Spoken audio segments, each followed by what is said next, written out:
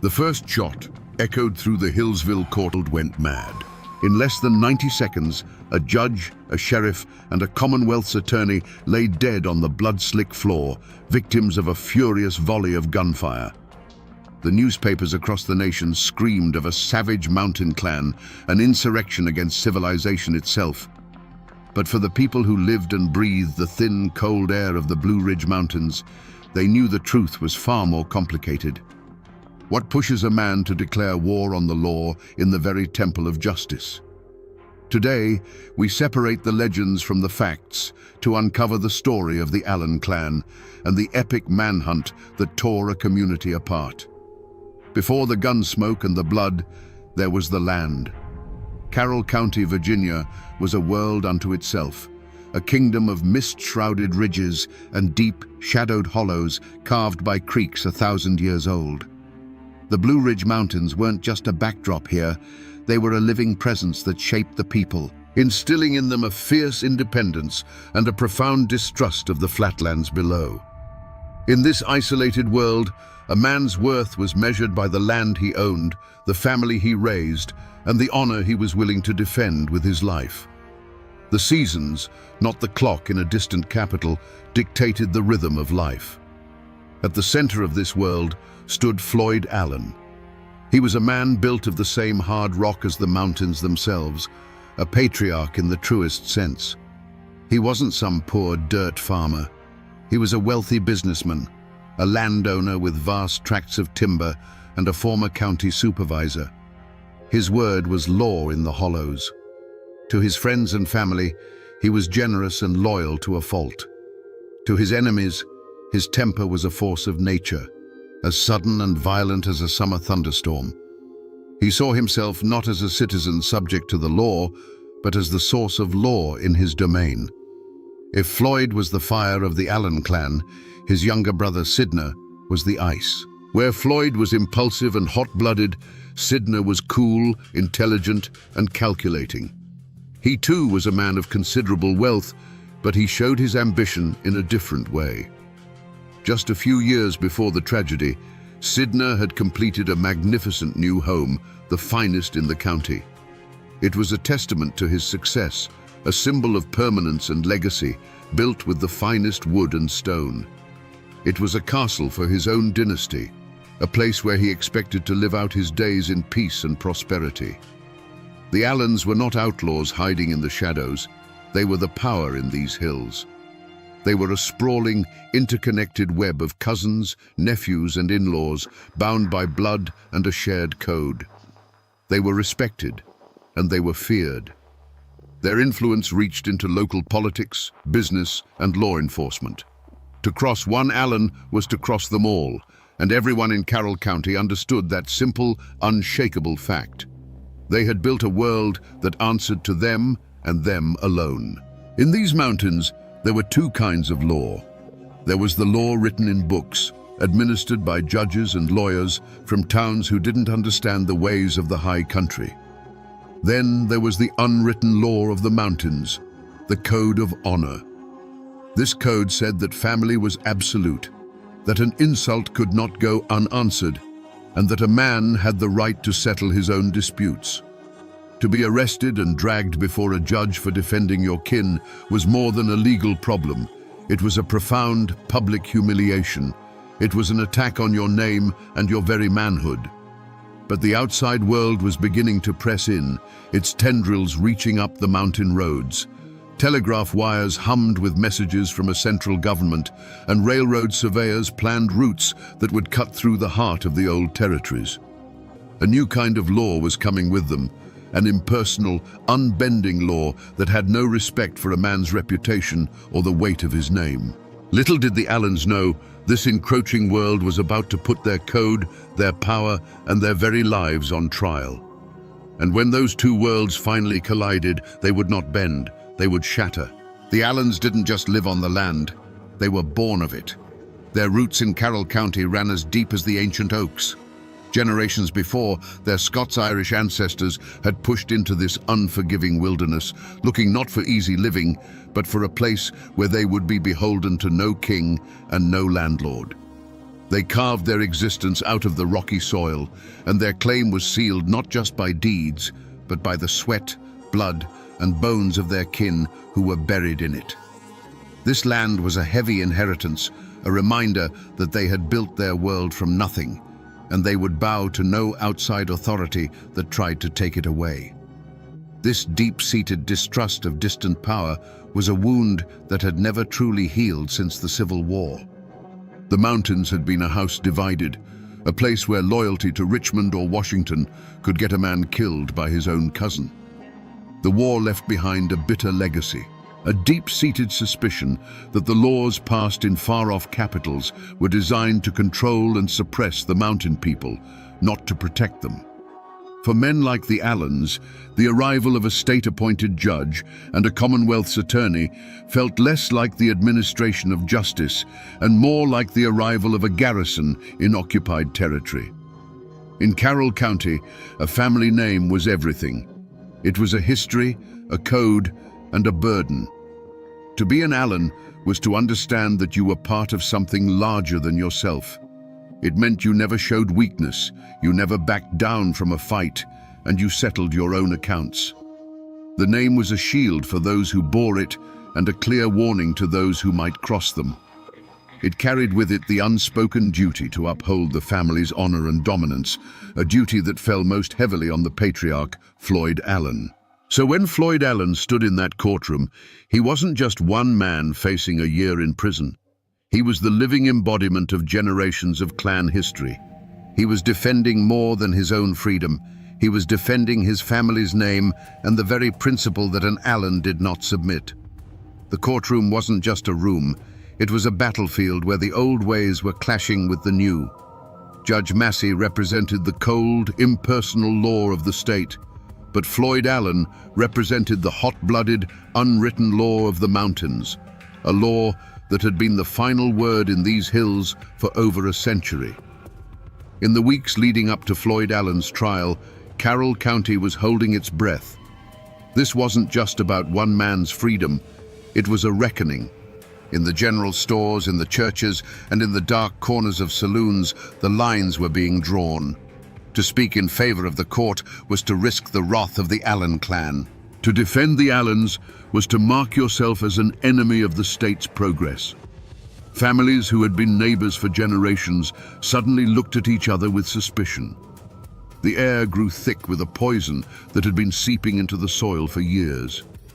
This wasn't the first time the Allens had clashed with the law. There were stories, old fistfights at county fairs that were settled with a handshake instead of a warrant, disputed land claims where an Allen's fence post mysteriously moved overnight, and business deals where the other party always seemed to get the short end of the stick. More recently, there had been a simmering feud between Floyd and Sheriff Lewis Webb. Webb was a man determined to prove that no one was above the law, and he had made a point of arresting men connected to the Allens for minor infractions. Each arrest was a small poke at the bear, a test of power that Floyd saw as a direct personal challenge to his authority. Whispers spread through the hollows like wildfire in a dry season. People said Floyd Allen had sworn an oath that he would never spend a single night in a penitentiary cell. Others claimed that Judge Massey had been warned not to even come to Hillsville, that the Allens had already passed their own sentence on him.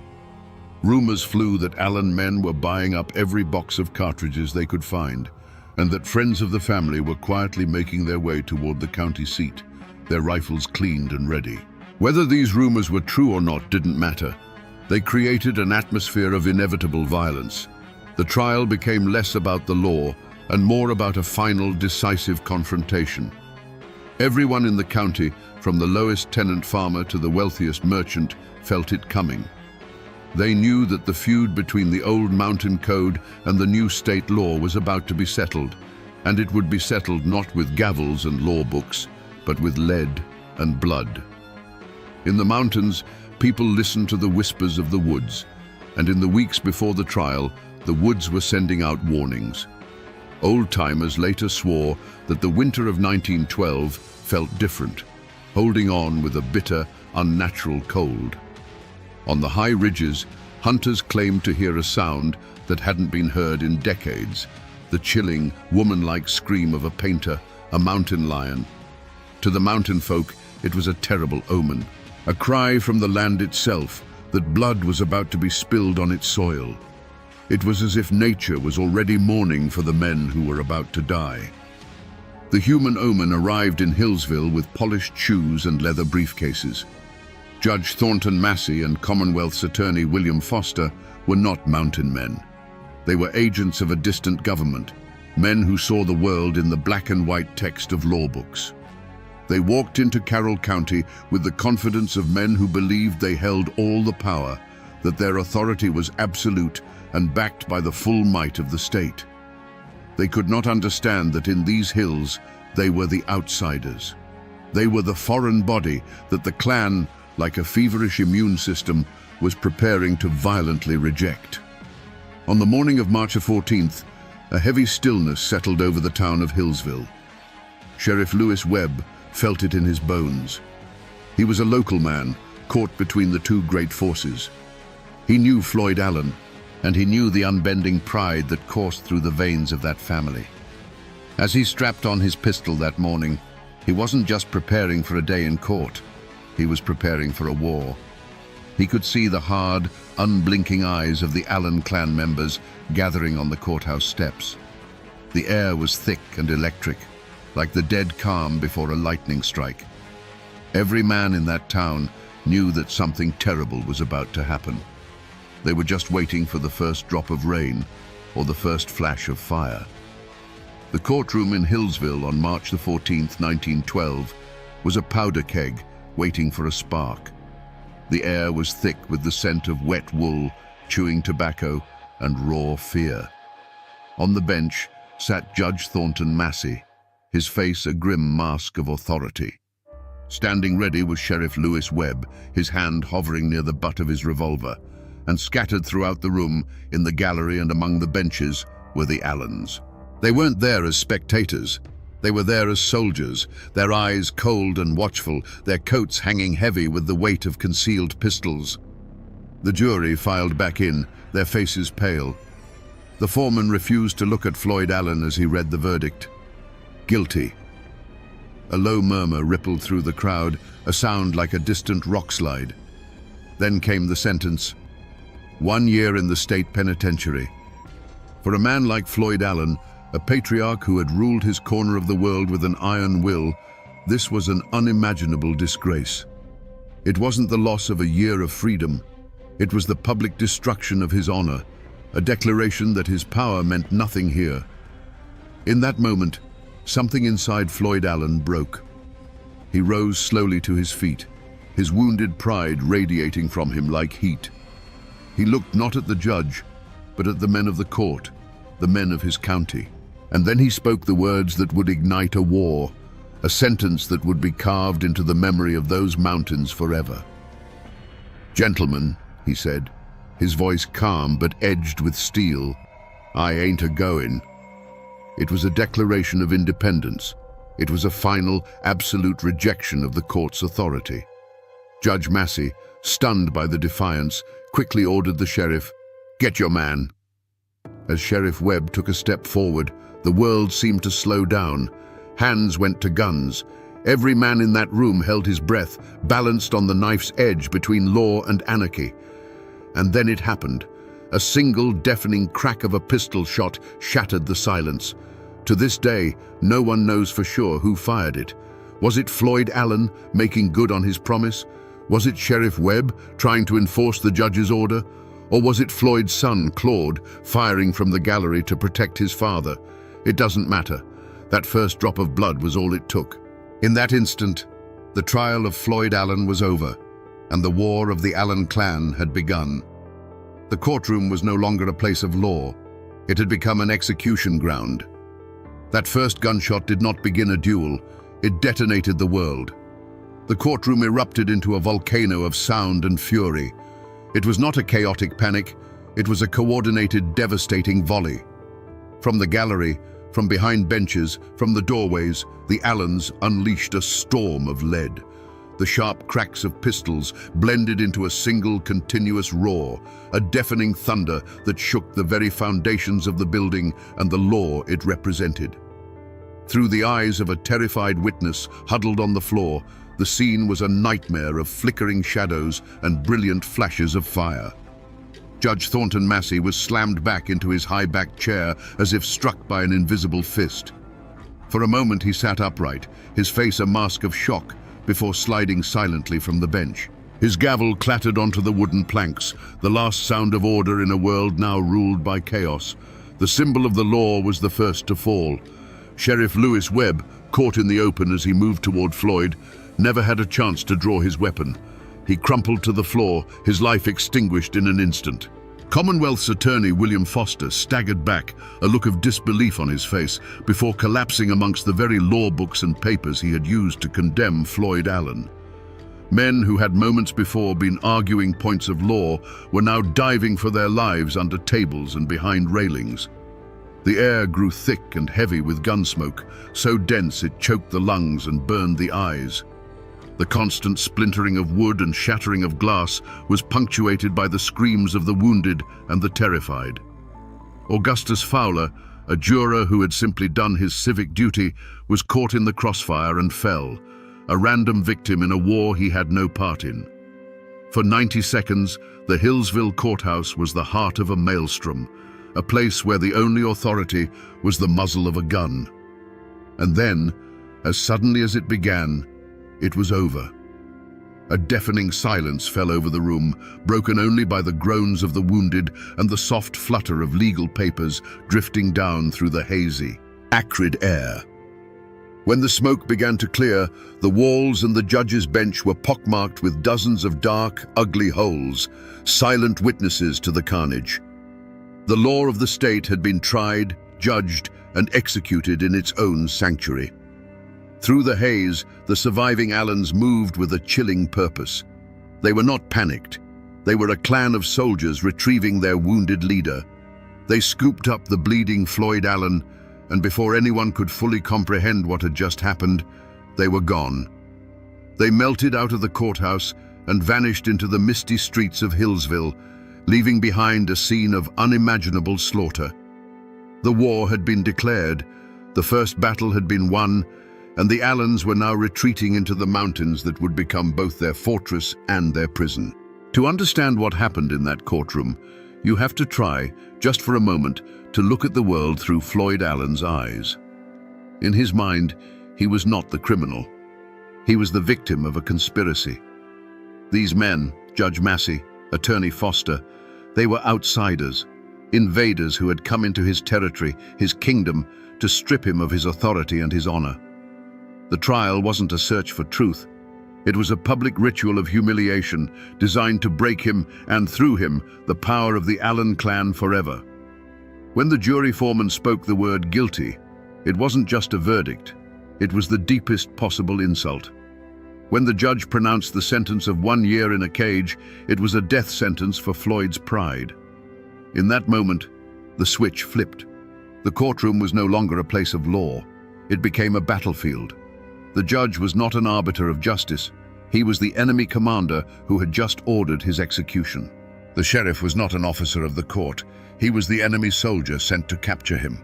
The primal, unwritten law of the mountains, the law of survival and violent defense of one's own, instantly overrode the written law of the state. There was no room for hesitation. The moment the attack on his honor became a physical threat, the moment Sheriff Webb moved to lay hands on him, the time for words was over. For the Allens, this was self-defense. They were not murdering men. They were eliminating threats. In the cold calculus of clan survival, a judge who would cage their patriarch was an existential danger that had to be neutralized. The volley of gunfire was not an act of chaotic rage. It was the brutal, logical conclusion of their code. It was a preemptive strike to prevent the destruction of their world. As they carried their wounded leader from the smoking, blood-soaked courthouse, there was likely no remorse. There was no triumph. There was only the grim, chilling satisfaction of having met a mortal threat with overwhelming force. They had done what they had to do. They had defended their king and the honor of the clan. In their minds, they weren't fugitives fleeing justice. They were soldiers, retreating from a victorious battle, heading for the high ground to prepare for the long, bloody war that they knew was coming. When the last gunshot faded, the silence it left behind was more terrifying than the noise. It was a heavy, sacred silence, the kind that falls over a fresh grave. In the courtroom, the survivors lay frozen on the floor, the ringing in their ears slowly giving way to the soft, wet sound of dripping blood. The air was a choking fog of gun smoke, and through the haze, the afternoon sun cast long, dusty rays that illuminated a scene from hell. Overturned benches, scattered legal papers stained crimson, and the still forms of men who, minutes earlier, had represented the full authority of the Commonwealth of Virginia. Slowly, the bravest of the townsfolk crept toward the courthouse doors. They peered into the smoky darkness, and a wave of collective shock and horror rippled through them. The news spread not like a rumor, but like a physical blow, striking the heart of Hillsville and knocking the breath out of it. The courthouse, the very symbol of order and civilization in their small world, had been desecrated. It was no longer a hall of justice. It was a slaughterhouse, a tomb for the law itself. The telegraph key began to chatter frantically, tapping out a message of carnage that sent a shockwave across the state and the nation. This was not just a backwoods murder. This was an open insurrection. The governor of Virginia, William Hodges Mann, declared it a direct outrage upon the civilization of the state.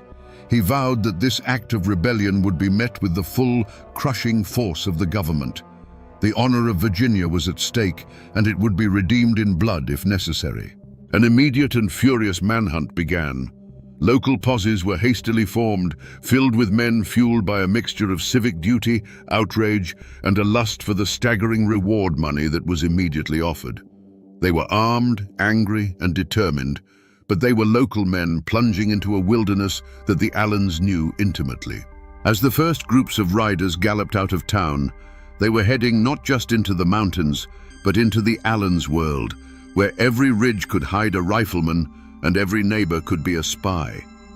But while Hillsville was a whirlwind of chaos and the state was mobilizing for war, the Allens were already gone. They had moved with the swift, silent efficiency of ghosts. They had treated Floyd's wounds, gathered their forces, and melted into the labyrinth of misty hollows and dense forests they called home. The mountains had swallowed them whole. As the first posses nervously picked their way up the muddy tracks into the high country, they were hunting shadows. The Allens had won the battle, and now, on their own turf, they prepared for the siege. The Carroll County Courthouse massacre didn't unite the community in grief. It ripped it in two. A fault line cracked open, running through families, churches, and friendships that had stood for generations. In the days that followed, the general store became a silent theater of suspicion. Men who had known each other since boyhood would now only nod curtly, their eyes avoiding contact. A word spoken in defense of the slain judge could be seen as a betrayal of your own mountain people, while a word of sympathy for the Allens could mark you as an enemy of the state. Every conversation was a minefield, and silence became the safest language. A wall of silence, as dense and impenetrable as the mountain laurel, rose up to protect the fugitives. It was a wall built of two things: fear and kinship. The fear was simple and immediate. The Allen clan was vast, and their reach extended into every hollow. To be seen talking to a lawman could mean a burned barn, a dead milk cow, or worse. The posses might be in town today, but the Allens would be your neighbors forever. This fear was a cold, hard fact of life that every mountain family understood. But it was more than just fear. For many, the Allens were not monsters. They were their own. They were men who had stood up against an arrogant outside law that sought to humiliate one of their patriarchs. The heavy-handed tactics of the first posses only deepened this resentment. When lawmen from the flatlands began kicking in doors and treating every mountain family as a potential conspirator, they weren't winning hearts and minds. They were proving the Allen's point. They were an occupying army, and many locals chose to side with their own, even if they were now branded as outlaws. This division wasn't abstract. It was written in small, secret acts of courage and cowardice.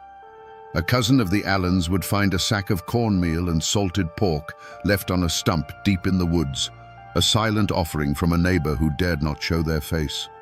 A farmer whose land bordered an escape route would see tracks in the mud and say nothing. At the same time, another man would look a deputy straight in the eye and swear on a Bible that he had been with one of the Allen boys miles away from the courthouse on the very afternoon of the shooting. These were not just lies. They were oaths of allegiance to the unwritten code of the mountains, a code that was now at open war with the laws of Virginia. The local posses were doomed from the start. They were good men, but they were hunting legends in a landscape that belonged to the legends. For weeks, they crashed through the underbrush, chasing rumors and echoes. The Allens were always one step ahead, phantoms in the mist. A warm campfire found abandoned, a footprint in the mud leading to a rushing creek. It was like hunting ghosts who knew every secret path, every hidden cave, and every sympathetic ear in 100 square miles. The great manhunt was becoming a great embarrassment, and the honor of Virginia was bleeding away with every passing day. Frustrated and furious, the state unleashed a new kind of predator on the Blue Ridge Mountains. They called in the Baldwin-Felts Detective Agency, the infamous Pinkertons of the South. These were not local lawmen. They were cold-eyed professionals, manhunters for hire, known for their ruthless efficiency in the bloody coalfield wars. They arrived in Hillsville on a special train, clad in city clothes but carrying the deadliest weapons of the age, Winchester repeating rifles and semi-automatic pistols. They brought with them a cold, corporate style of violence, and they saw the mountains not as a home, but as a hostile grid to be systematically swept and cleared. With the Baldwin-Felts agents in charge, the hunt became a brutal, grinding war of attrition. The dragnet tightened. Teams of detectives leading packs of baying bloodhounds pushed deep into the hollows. They moved with a chilling purpose, raiding farmhouses in the dead of night, kicking down doors and dragging men from their beds for interrogation. They cared nothing for the mountain code of conduct. To them, every silent farmer was a potential conspirator, every cabin a potential hideout. The mountains fought back against them. Sudden downpours washed away scents, confusing the dogs. The treacherous terrain lamed their horses and broke the axles of their wagons. The silent, watchful eyes of the mountain people followed their every move, and the forest itself seemed to conspire to hide its fugitive sons. The first major breakthrough came not from brilliant detective work, but from exhaustion and a tip-off. Floyd Allen, wounded and weakened, had been holed up in a cabin, his body too broken to continue the flight. A posse, led by the relentless detectives, surrounded the house at dawn. There was no final gun battle. Floyd, feverish and in pain, knew the game was up. He surrendered. The fiery patriarch finally captured. His personal war brought to an inglorious end. His son Claude was captured soon after. The state had its prize, the man who had declared, "I ain't a-goin'." But as the detectives celebrated their victory, a chilling realization began to dawn on them. They had the lion, but the foxes had gotten away. The local posses had nabbed a few smaller members of the clan in the initial chaos. Now the Baldwin-Felts men had the leader. But Sidney Allen, the cool-headed strategist, and his fiercely loyal nephew Wesley Edwards, the men many believed were the true masterminds of the courtroom escape, were nowhere to be found. The massive, expensive, and brutal hunt that had terrorized an entire county had failed in its most crucial objective. The shadows of the Blue Ridge had been searched, but the cleverest of the fugitives had simply vanished, as if the earth had opened up and swallowed them whole. The trial of Floyd and Claude Allen could never have been held in Hillsville.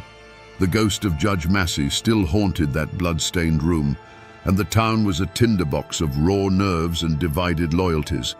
Instead, the proceedings were moved to Wytheville, and the trial began under the watch of armed militia. Sharpshooters were posted on the courthouse roof, their rifles glinting in the sun. Inside, every spectator was searched for weapons. This was not a simple trial. It was a show of force, a demonstration by the state that its authority, once shattered, had been restored with steel and gunpowder. Floyd Allen was carried into the courtroom each day, a wounded lion in a cage. His body was broken, but his eyes still burned with the same defiant fire that had lit the fuse of the massacre. He showed no remorse, no fear. He sat there as a captured king, listening to the legal arguments of a system he had never recognized as his own. Beside him, his son Claude was a study in stoic loyalty, his face a hard mask, ready to share his father's fate. They were not begging for mercy. They were facing the consequences of their war, their silence a final act of defiance. The trial itself was a theater of conflicting truths. The prosecution, backed by the full power of the state, painted the Allens as savage anarchists, a clan of killers who had declared war on civilization.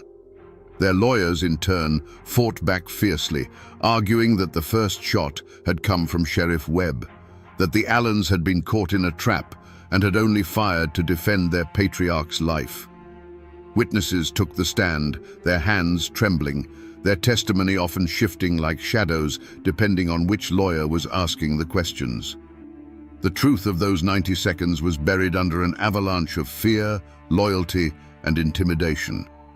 But in the end, the outcome was never truly in doubt. The state needed a conviction. It needed to prove that its laws were supreme. The jury, after deliberating under immense pressure, returned with the inevitable verdict: guilty. Guilty of murder in the first degree. As the foreman spoke the words, a heavy silence fell over the packed courtroom. Floyd and Claude Allen received the news without flinching. They had gambled everything on their code, and they had lost. The sentence was death. Not by the rope, the old way of the mountains, but by the new, clean terror of the electric chair. It was the final, modern symbol of the state's power. But as the verdict was celebrated in the state capitol, a deep and troubling question hung in the mountain air. Was this justice for the men who died in the courthouse? Or was it a calculated act of state vengeance, an execution designed to break the spirit of the mountains and make a terrifying example of the Allen clan? Was the state simply answering one massacre with another, more methodical one? The law of men had won its victory, but many felt it was a victory that left the scales of true justice unbalanced. The state of Virginia was not content with a verdict. It required a final, undeniable demonstration of its power.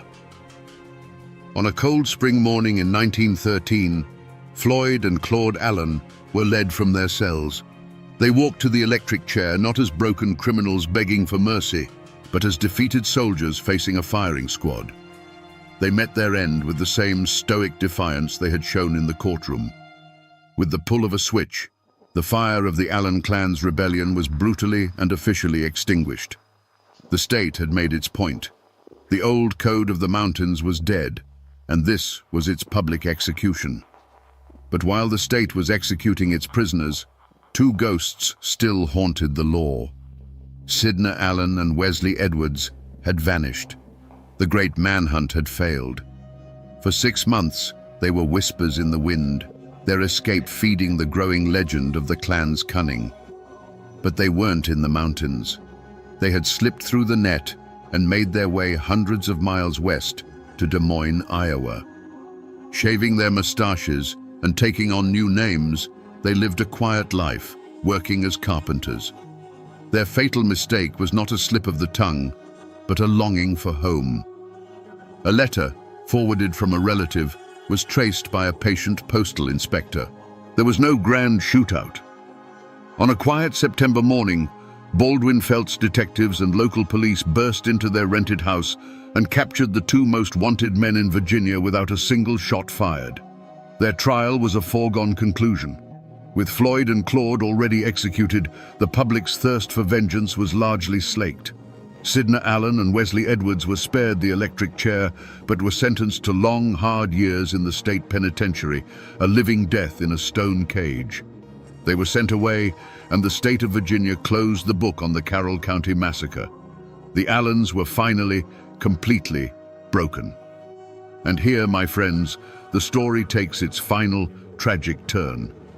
In prison, Sidney Allen, the cool-headed strategist, became a model prisoner. The fire that had fueled the feud seemed to have been quenched, replaced by a quiet, weary resignation. Years turned into a decade, and his health began to fail. In 1926, the governor, seeing a broken old man, granted him a pardon. Sidney Allen returned to Carroll County a free man, but he came back a ghost. He returned not to his magnificent home, which stood as a monument to a life that no longer existed, but as a shadow of his former self. He had outlived his world. 1 year later, Sidney Allen died, his freedom a brief, bitter epilogue to a life of power and ruin. With the leaders of the clan dead or in chains, a heavy, deliberate silence settled over Carroll County. The story of the courthouse massacre was not something to be discussed. It was a wound too deep, a memory too divisive. People had to go on living together, had to trade at the same stores and attend the same churches. And so, the story was buried. It was locked away in the attic of the community's memory, an unspoken horror that everyone knew was there, but no one dared to mention. They tried to move on, to plow over the blood-soaked ground and plant anew, but some scars are too deep to ever truly fade. And what is left of this epic war today, more than a century later? The names are still there. Drive the winding roads of Carroll County, and you will still find the names Allen, Webb, and Edwards on mailboxes. The descendants of the clan and their victims still walk the same land. For them, it is a heavy inheritance, a legacy of both fierce pride and terrible violence. The story isn't told with the old fire anymore. It is a quiet history, a family secret shared in hushed tones, a reminder of a time when the blood ran hot and the law of the mountains met the law of the state in a fatal collision. If you go to Hillsville today, you won't find the old courthouse. It was torn down decades ago, and a new one stands in its place, a symbol of a more orderly world. The 57 bullet holes that scarred its walls exist now only in photographs and memory, the physical wounds of that day finally erased. But drive a few miles out of town, and you will find it. Sidney Allen's magnificent house still stands. It is a private home now, but it remains a silent, brooding monument to the ambition of a fallen dynasty. Its sturdy walls and grand design, a testament to a future that was burned away in a few minutes of gunfire. In the local cemetery, the final chapter is written in stone. Here, the feud is over. The combatants lie in a final silent truce under the shade of ancient trees. Floyd and Claude Allen lie not far from the men they were convicted of killing. The simple dates carved on their tombstones give no hint of the 90 seconds of chaos that forever bound their fates together. Here, they are all equal, their passions cooled, their war finally over. The people of Carroll County tried to bury the story, to let the grass grow over the scars. But the mountains don't forget. They were here long before the Allens arrived, and they will be here long after the last stone on their graves has crumbled to dust. The wind that whispers through the pines on the Blue Ridge still carries the echo of those gunshots. The dark hollows where Sidney and Wesley hid still hold the memory of their flight. The land itself is the final witness, the keeper of a story that is now part of the very soul of this place. So we return to the question that echoed from that bloody courtroom. What pushes a man to declare war on the law in its own temple? After walking through the smoke and shadows of this story, we can see the answer is not a simple one. The slaughter in Hillsville wasn't just the act of a cornered criminal, it was the last, desperate roar of a dying world.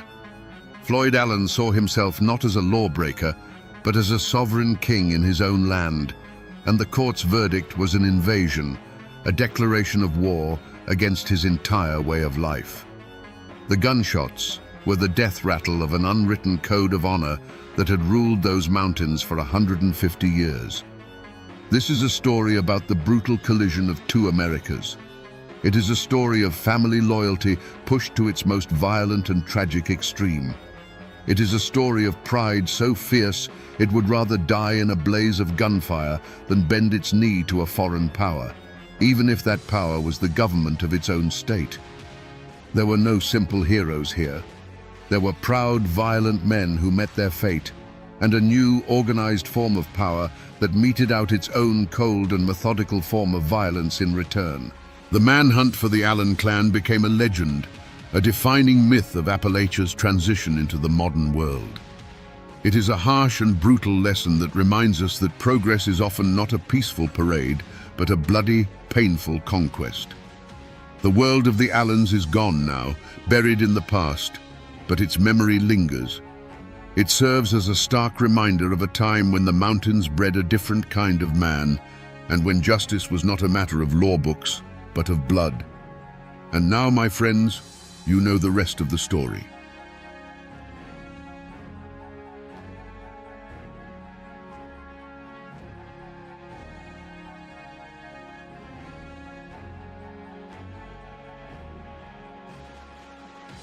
They say the law came to Perry County, Kentucky, on the back of a horse.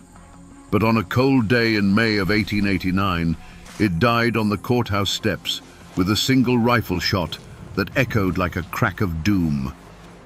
The man who fell was Judge Josiah Combs, a respected elder who believed the law was greater than any family's grudge. He was wrong. That single shot wasn't just a murder, it was the bloody climax of a war. How did a place like this descend into such savagery? What drove men to assassinate the very symbol of justice? Today, we trace the river of bad blood back to its source, to tell the ballad of the Perry County War. To understand the blood that was shed, you first have to understand the ground it soaked into. In the 1880s, Perry County wasn't just a place on a map. It was a world unto itself, walled in by the ancient, unblinking mountains of eastern Kentucky. The Kentucky River was its one slow artery to the outside, and news traveled up it on flatboats at a crawl.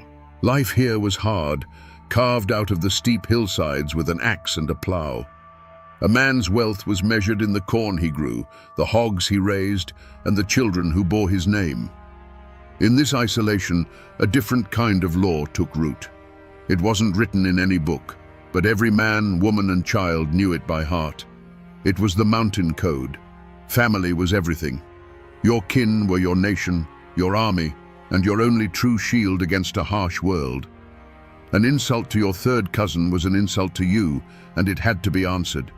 A man's honor was his most sacred possession. It was a fragile thing, easily bruised by a stray word or a sideways glance, and once broken, it could only be mended with blood. The state government in Frankfurt was a distant rumor, and its laws were seen as suggestions at best, an unwelcome intrusion at worst.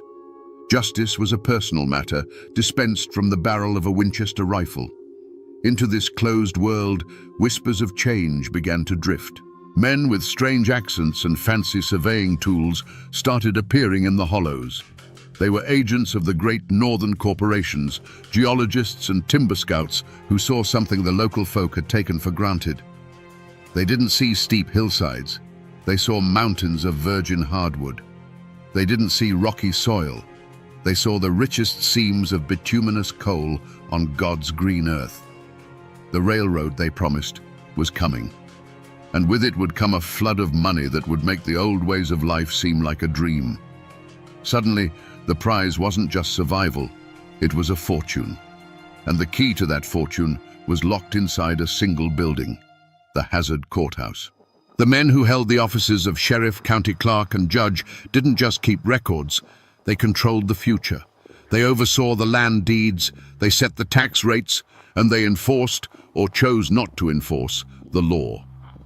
Whichever clan controlled that courthouse would control who got rich and who got left behind when the coal boom hit. This was the Forge, It took the old mountain code of honor and family loyalty and superheated it with the coming fire of industrial greed. Every election became a battle, every political dispute a potential vendetta. The stage was being set for a war, fought not by soldiers in uniform, but by neighbors and cousins. They weren't just fighting for power anymore. They were fighting for the soul of the mountains, and they were willing to turn their home into a killing ground to win it. Before the shooting started, you could still see the men for who they were, not just the leaders of warring armies. Take Joe Eversole. He wasn't some wild-eyed mountain brawler. He was a man who fought with words, a lawyer who could tie a man in knots with a well-phrased argument in the Hazard courthouse. He'd sit with his family on his porch, not cleaning a rifle, but reading a newspaper from Lexington or Frankfurt, talking about the future. He spoke of railroads cutting through the mountains like steel rivers, of coal mines bringing payrolls and prosperity to families who had only ever known back-breaking farm work. His children would listen, and his wife would watch him, and they saw a man building a kingdom not of fear, but of progress. He was a Republican in a staunchly Democratic county, a man who saw the outside world not as a threat, but as an opportunity. He saw the coming corporations as partners, and he intended to be the man who brokered the deal, ensuring his family and his followers would be the first in line to reap the rewards. To his clan, Joe Eversole wasn't a warmonger. He was a visionary, the only man smart enough to guide them into the coming century. Then there was Benjamin Big Ben French. If Joe Eversole was the future, Big Ben was the living, breathing embodiment of the past. He was the sheriff, but his real power came from the sheer force of his presence. He was a massive man, built like one of the oak trees on his land, and his authority was absolute. He didn't need a law book. His word was law. On a Saturday afternoon, you'd find him on the steps of his store, a benevolent titan settling a land dispute between two farmers with a quiet word and a look that promised there would be no more argument. He was the patriarch of his clan in every sense of the word. He was surrounded by a web of kin who looked to him not just for leadership, but for protection. He was suspicious of the foreign money and the smooth-talking lawyers like Eversole. To Big Ben and his people, the coal under the ground wasn't a commodity to be sold to the highest bidder from Philadelphia. It was their birthright, part of the land their grandfathers had fought and bled for. Protecting that land and the old way of life it supported was his sacred duty. He was the wall that stood between his people and a changing world they did not trust. A man's greatest strength is often just the other side of the coin from his deadliest weakness. For Joe Eversole, his sharp, educated mind was his greatest asset, but it was also his blind spot. He saw the world as a chessboard, a place of logic and calculated risks. He believed the old mountain ways, the fierce pride, the stubborn loyalty to the past were simply obstacles to be outmaneuvered. He couldn't understand that in Perry County, honor wasn't a piece on a board. It was the board itself. He once publicly debated an old farmer loyal to the French clan, systematically tearing apart the man's fears about the railroad with facts and figures, and ending by calling his concerns ignorant sentiment. Joe won the argument, but he lost the room. He had shown contempt for their code, and in the mountains, contempt is a sin that demands a heavy price. Big Ben French, on the other hand, was ruled by a pride as massive as his own frame. It was the source of his power, the reason men would follow him into a fight without a second thought. But it was a rigid, unbending thing. For him, there was no such thing as a strategic retreat or a minor compromise. Every challenge, no matter how small, was a test of his authority that had to be met with overwhelming force. They tell a story of how a minor land dispute that could have been settled with a handshake and a jug of whiskey was instead escalated by French into a public standoff, simply because the other party was a distant cousin of the Eversoles. He wasn't just defending his land, he was defending his name, and he was willing to risk blood over it. This was the crack in each man's armor. Joe Eversole's ambition made him believe he was smarter than the old code, that he could push and prod and modernize without consequence. He saw Ben French not as a man to be respected, but as a stubborn relic to be swept aside by the march of progress. And Big Ben French's pride made it impossible for him to ignore a single one of those prods. He saw every move Joe Eversole made not as a political calculation, but as a direct, personal insult to his family and his way of life. One man could not stop pushing, and the other could not bend. Their flaws were perfectly matched, a lit fuse reaching for a barrel of gunpowder. It was no longer a question of if the county would explode, but when. The final break, the moment the bad blood turned to poison, didn't happen in a courtroom or a political debate. The legend says it happened where so many mountain feuds begin, over a bottle of whiskey and a game of cards. In 1886, in a smoke-filled room in Hazard, Joe Eversole and Ben French sat across from each other. The air was already thick with tension, but the liquor loosened their tongues and sharpened their contempt. A dispute over the game, a simple accusation of cheating or a misplayed hand, quickly spiraled. It was no longer about cards. It was about everything. Joe Eversole, with his lawyer's wit, made a sharp, condescending remark about the old ways, a jab at the French clan's stubborn resistance to progress. It was a flick of the wrist, but it landed like a fist on Big Ben French's jaw. For a man like French, whose entire world was built on the rock of his personal authority and the honor of his name, this public insult from a man he saw as an upstart was intolerable. His pride, that massive, unbending thing, ignited. He rose from his chair, his shadow swallowing Eversole, and the threats he made were not vague. They were promises, spoken low and cold, of what happens to men who forget their place. In the mountains, a public threat is a debt that must be paid. To let it pass is to admit you are the weaker man, and weakness is a death sentence. The line had been crossed. The room fell silent as the two men stared each other down, and everyone present knew they had just witnessed the conception of a war. Joe Eversole had poked the bear, believing his intelligence was shield enough. Ben French had been challenged in his own kingdom, and his pride demanded a brutal, unforgettable lesson. The lesson came a short time later, not in the open, but from the shadows. Nicholas "Nick" Combs was Joe Eversole's uncle, a trusted friend and a respected man in his own right. He was ambushed on a quiet mountain road, shot from his saddle without a chance to draw his own weapon. It was a cold, calculated act of terror. There was no trial, no witnesses came forward, but everyone in Perry County knew. This was the French clan's answer. It was a message written in blood, sent directly to Joe Eversole. For Joe, this was the moment the chessboard was kicked over. The murder of his uncle was not a political move. It was an act of savagery that ripped through his modern worldview. The old code he had tried to outsmart had just reached out and torn a hole in his family. His grief was matched only by a cold, burning rage. There would be no more debates, no more legal maneuvering. Ben French had chosen the language of the gun. Now, Joe Eversole would answer in kind. The affront had been delivered, and the only acceptable response was vengeance.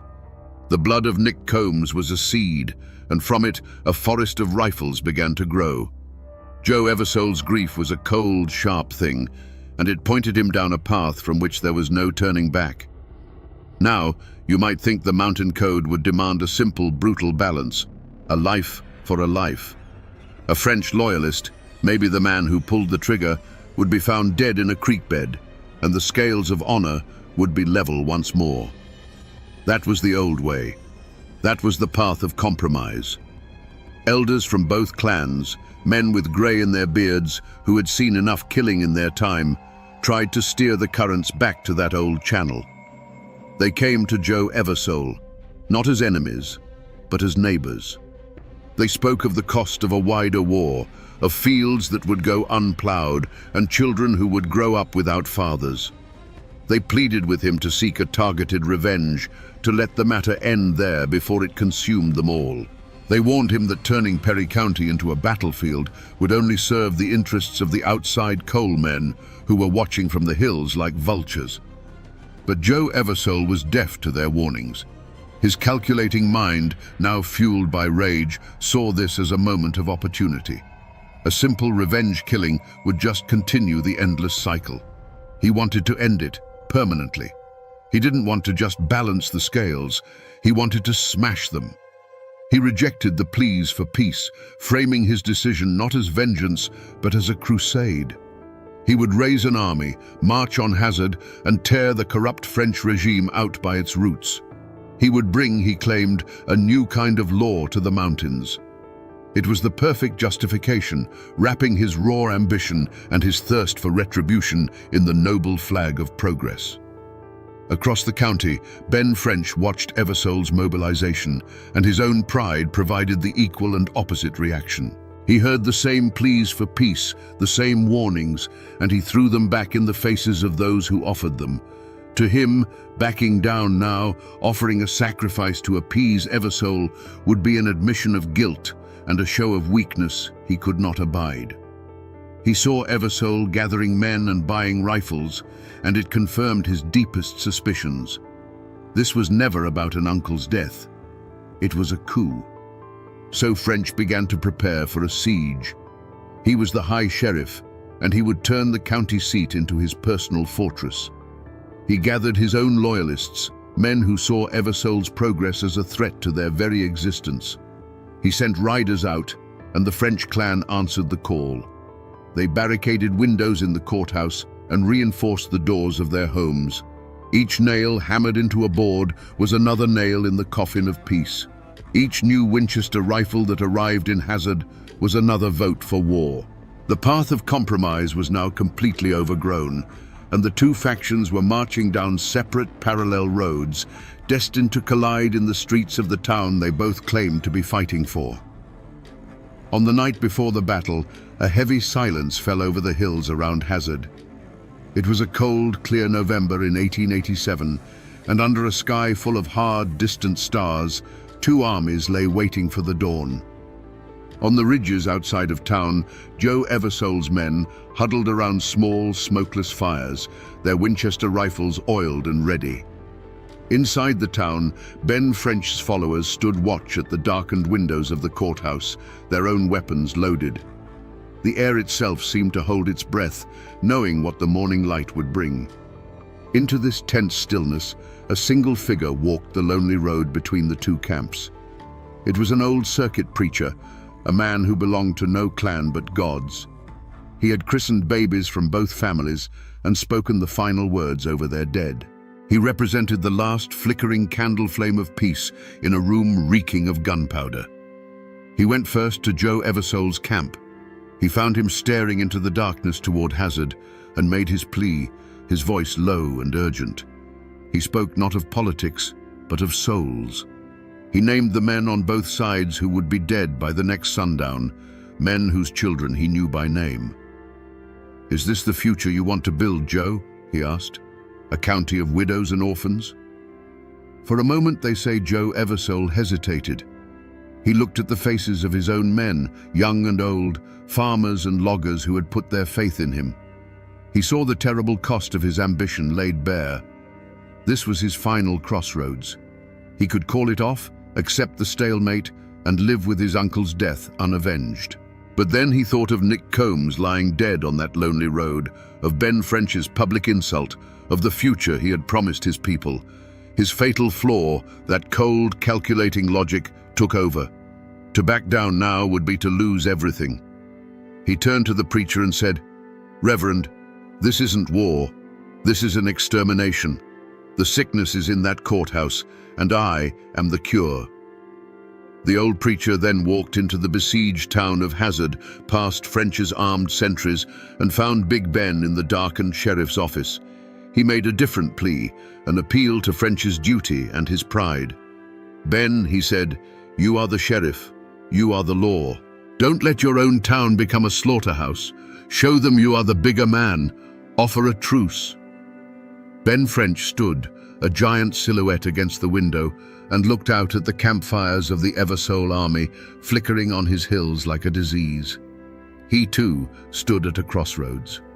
He could offer a concession, perhaps hand over the man suspected of killing Nick Combs and spare the town. but his pride, that unbending mountain of a thing, would not allow it. To him, a truce was surrender. It was an admission that Joe Eversole had the right to march an army to his doorstep. He turned from the window, his face set like stone. "They are the ones who came for a war, Reverend," he said. "My only duty now is to see that they get one. You go and pray for their souls. I'll take care of their bodies." With those words, the final door to peace was slammed shut and bolted. The last chance was gone, burned away by the pride of two men who had chosen the path of no compromise. The dawn came up grey and cold over Hazard, and with the first weak light came the sound that would define Perry County for years to come. It wasn't a single shot, but a volley, a deafening, ripping roar as 100 Winchester rifles opened fire from the hills. The Battle of Hazard had begun. For the people of the town, cowering in their homes, it was as if the sky itself was being torn apart. The sound was everywhere, a physical force that rattled windows and shook the very floorboards. The morning birds fell silent, replaced by the high-pitched whine of ricochets and the sharp, splintering crack of bullets chewing through wooden walls. From the ridge, Joe Eversole watched his plan unfold. The world narrowed to the objective, the county courthouse, now a stone fortress spitting fire. His men moved like shadows, darting from the cover of one house to the next, their rifles barking in short, angry bursts. But for every man who moved, a dozen puffs of smoke would erupt from the courthouse and the surrounding buildings. The air grew thick and acrid with the smell of burnt black powder. This wasn't the swift, surgical strike he had envisioned. This was a meat grinder. The logic and planning that had brought him here felt useless against the sheer, stubborn reality of stone walls and determined men. Inside that courthouse, Big Ben French was no longer a sheriff. He was a general in a siege. The cavernous rooms echoed with the thunder of his own men's rifles. The air was a haze of smoke, and the constant thud of Eversole's bullets against the thick stone walls was a drumbeat of impending doom. He would move from window to window, his massive frame a silhouette against the flashes of gunfire, directing his kin with a quiet word or a nod. His world was reduced to what he could see through those narrow, deadly rectangles of glass, the street below, where men he had known his whole life were now trying to end his. He felt the weight of his unbending pride, not as a burden, but as the foundation holding the building up. For the families of Hazard, the war was a terrifying, unseen monster living on the floor above them. Huddled in their root cellars, they could only listen. They heard the frantic running of booted feet on the boardwalks, the desperate shouted commands, and the ceaseless, terrifying percussion of the rifles. A woman clutched her children as the jars of canned beans on the shelf rattled from the concussions overhead. An old man pressed his ear to the dirt floor, trying to discern the sounds of friend from foe. The battle wasn't just in the streets, it was in their homes, a violation so profound it would leave a scar on their memory forever. For 2 full days, the town was a war zone. The fighting would lull, creating a tense, ringing silence where the only sound was a dog barking in the distance, and then it would erupt again in a furious crescendo of violence. A man who rose from behind a stone wall to take a shot might suddenly disappear from view. A figure running across an open street would stumble and lie still. The argument that had begun over a card table was now being settled with lead, and its costs were written in the still forms that dotted the muddy streets. Finally, as the second day bled into a weary dusk, the firing from the hills began to slacken. Joe Eversole had to accept the truth. The courthouse would not fall. His army, battered and low on ammunition, began to melt back into the mountains from which it had come. The retreat was slow, sullen, and bitter. A great, profound silence descended upon Hazard, a silence that felt heavier and more menacing than the noise it replaced. The smoke slowly cleared, revealing a town that looked like it had been savaged by a great beast. Windows were shattered, doors were splintered, and the courthouse stood defiant, pockmarked but unbroken.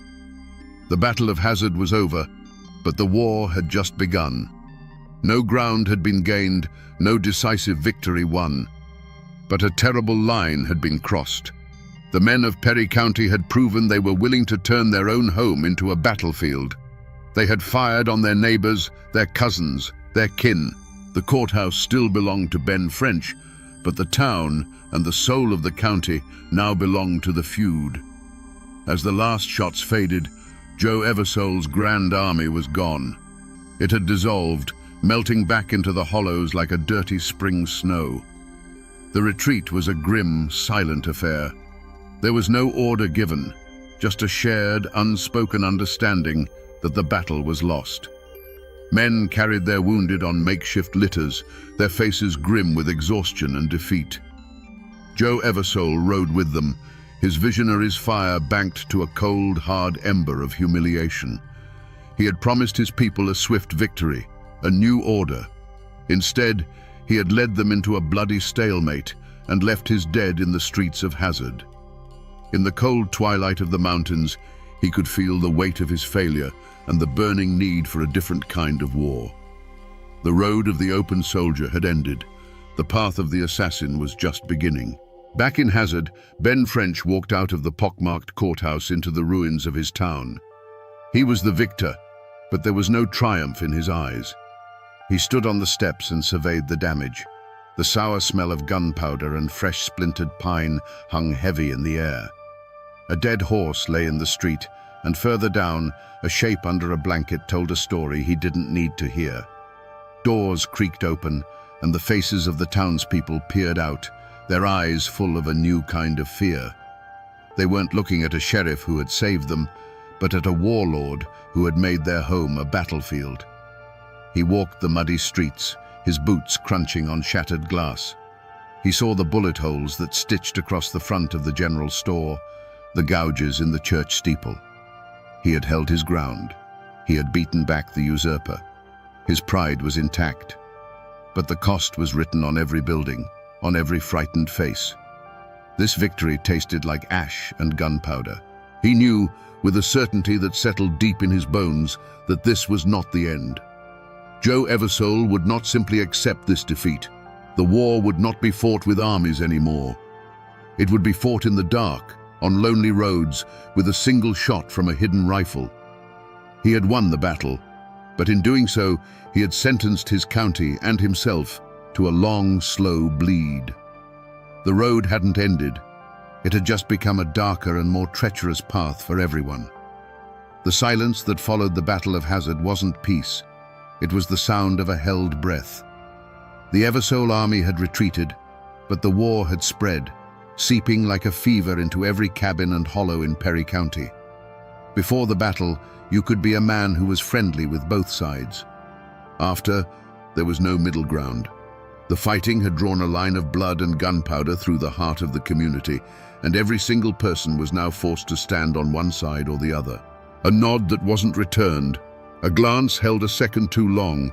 These were now potential death sentences. You have to understand what this did to the people. The feud was now a poison in the well water, and everyone had to drink. Men who had hunted together since they were boys now watched each other through the sights of a rifle. Corn rotted on the stalk because the man who planted it was afraid to walk his own fields without a guard. Travel on the county roads, once a simple trip to the grist mill, became a deadly gamble. Every rustle in the trees, every shadow that fell across the path, could be an ambush. The doors that had always been open to neighbors were now barred at night, and men slept with their Winchesters not just by their beds, but in them. And the wreckage wasn't just measured in the dead. Think of the families left behind. For the wife of a man killed in the fighting, his death was just the beginning. Her grief was compounded by shame, by the poverty that followed, and by the terrible knowledge that her sons were now expected to inherit their father's rifle and his list of enemies. The war wasn't just killing the men of Perry County. It was mortgaging the souls of their children, baptizing them in a legacy of hatred that they had no part in creating. The community, that fragile web of trust and mutual support that allows life to function in such an isolated place, was shredded. Friendships that had spanned generations were severed overnight. Business partnerships dissolved into bitter accusations. Even church on Sunday became a tense affair, with French loyalists sitting on one side of the aisle and Eversole sympathizers on the other, the preacher's words about forgiveness falling like seeds on barren stone.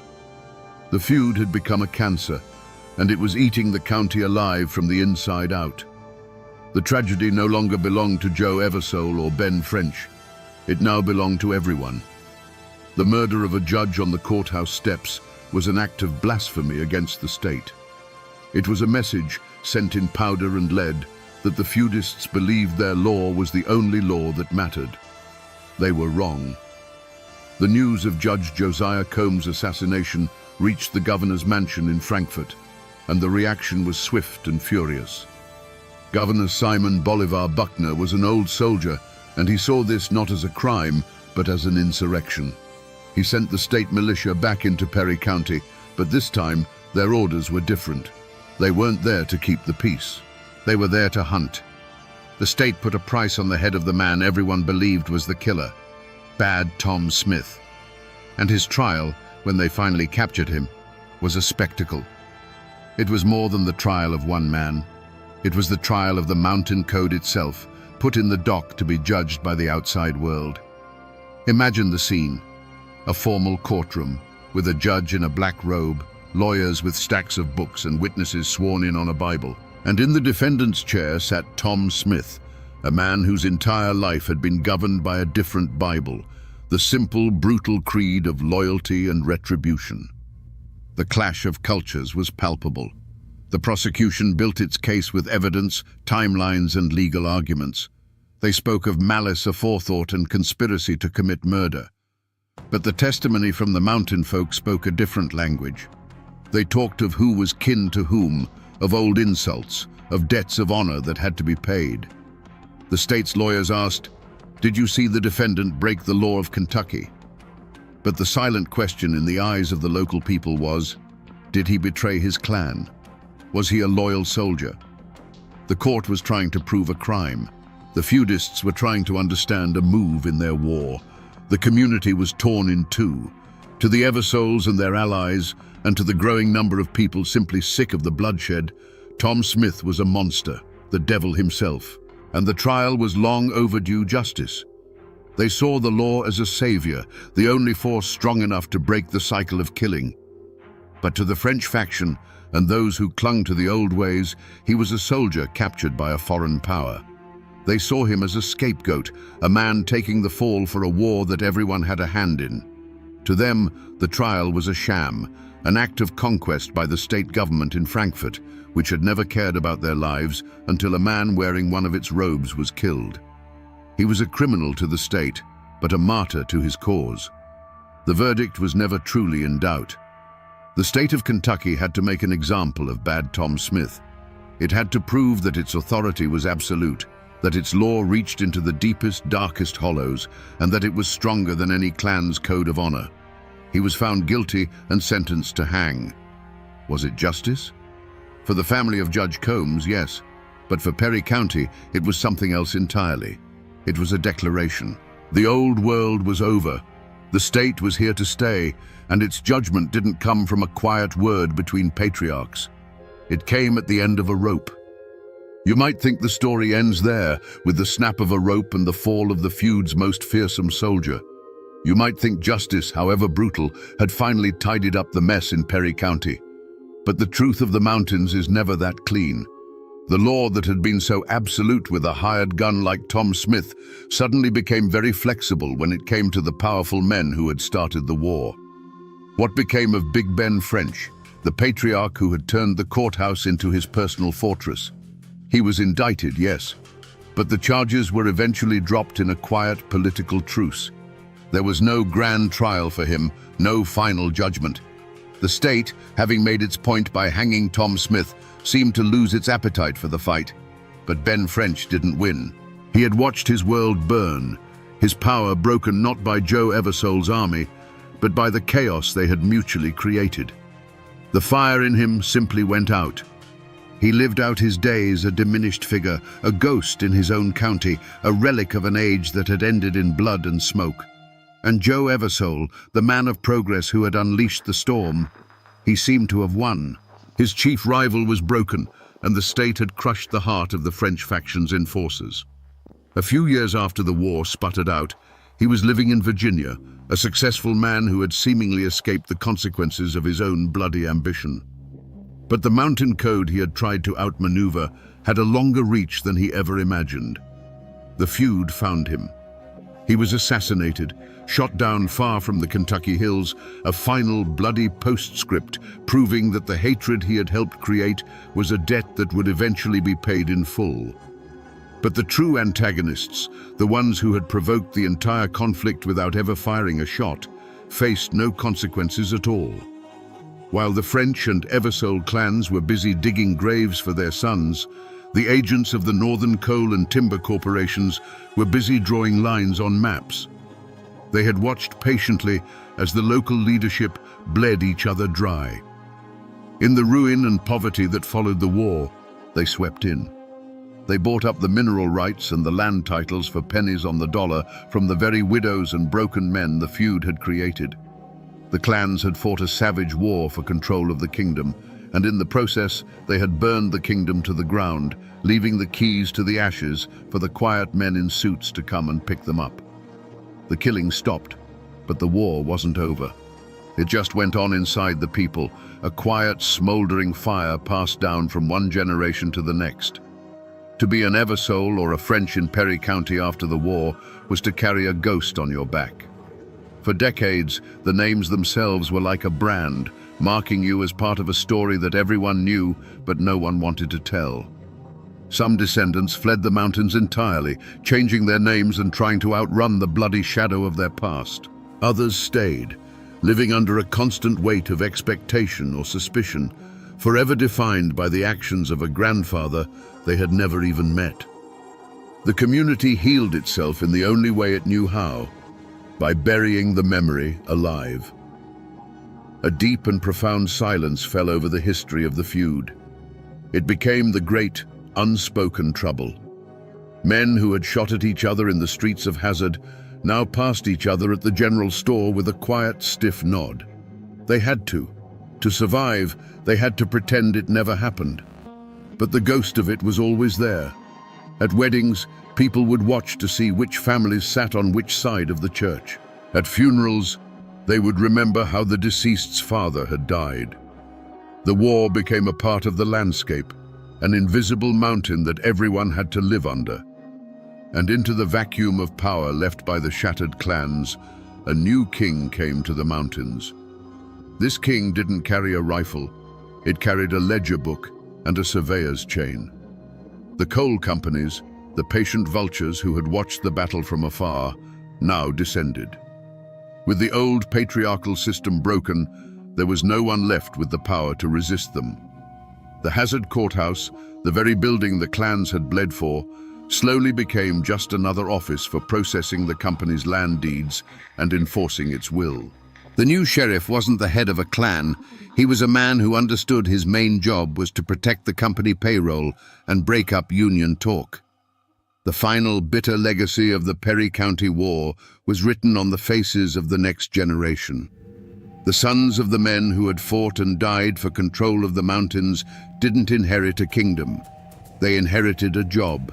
They traded their rifles for pickaxes and went to work for the same foreign corporations their fathers had either courted or resisted. They swapped their fierce, violent independence for a company paycheck, a house in a company town, and a debt at the company store. The war for the soul of Perry County was finally over, and the soul had been sold for a train car full of coal. If you go to Hazard today, you won't find the same courthouse that Ben French defended. It's been replaced by a more modern building. But you can stand on the very spot where Judge Josiah Combs fell, the threshold of justice where the feud reached its bloody climax. And if you know where to look, out in the old family cemeteries tucked away in the hollows, you can find the graves. You can run your hand over the weathered tombstones of Eversoles and Frenches. their names and dates being slowly erased by a century of wind and rain. These stones are the last physical witnesses, the silent, moss-covered proof that these men lived and fought and died here. But the memory of the war doesn't live in the stone. It lives in the stories. And no name from that time echoes with more chilling power than Bad Tom Smith. He has become more than a man. He's the boogeyman of Perry County. For generations, his story was a cautionary tale told to children on dark nights. His supposed pact with the devil, his cold, dead eyes, and most of all, his final defiant words from the gallows, "Hell is my destination, and I'm not afraid to go," have transformed him from a historical figure into a genuine folk legend. He is the ghost of the feud made flesh, a permanent reminder of how dark a man's soul can get. The war itself has become a ballad, sung not with music, but in the quiet conversations on front porches and in the back of old country stores. It's a story told to explain why things are the way they are. It's a warning about what happens when pride is allowed to run hotter than reason, a lesson in how neighbors can tear each other apart over a prize, only to let a silent stranger walk away with it in the end. It's the foundational myth of modern Perry County, the bloody birth of the coal camp world that would follow. And the ghost of a name is more than just a memory. The names are still there. You can find French and Eversole and Combs in the phone book today. The descendants of these men are now neighbors. Their children go to the same schools, and they live in a world that was built on the ashes of their ancestors' war. The feud is over, buried under layers of silence and time. But the spirit of it, that fierce, stubborn mountain pride, that deep suspicion of outsiders, that lingering memory of a time when a man's honor was worth more than his life, that hasn't vanished. It still haunts these hills, an echo that has never truly faded away. So we come to the end of the road, and the question we started with still hangs in the air. Was Joe Eversole a hero or a villain? Was Ben French a protector or a tyrant? The truth, as it so often does in these mountains, lies in the muddy grey between. Eversole was a visionary who saw the future, but his ambition was so great he was willing to pave the road to it with the bodies of his neighbors. French was a patriarch defending his people, but his pride was so rigid he would rather see his kingdom burn than bend an inch. They were not good men or bad men. They were hard men, forged by a hard place, and their flaws were the sparks that lit the world on fire. In the end, this isn't just a story about a feud. It is a timeless, brutal lesson in how a man's greatest strength can become his most profound weakness. Ben French's unshakable honor was the bedrock of his power until it became a stone that drowned him. Joe Eversole's sharp, modern mind was his greatest weapon until it blinded him to the ancient, bloody truths of the human heart. They were two sides of the same coin, destined to destroy each other, and in their destruction, they cleared the path for the very forces they were fighting to control. The Perry County War stands as a dark monument in the heart of Appalachia. It's a story of how a community can be led to tear its own heart out, fighting a savage war for control of a prize, only to wake up from the slaughter and find that a silent, patient stranger has walked away with it all. The clans fought for the land, but the corporations got the coal.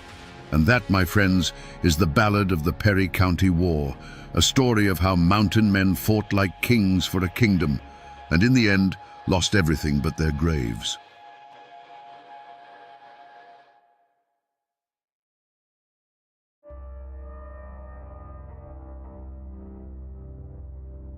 Imagine a man standing on the gallows, a crowd of thousands watching his every move.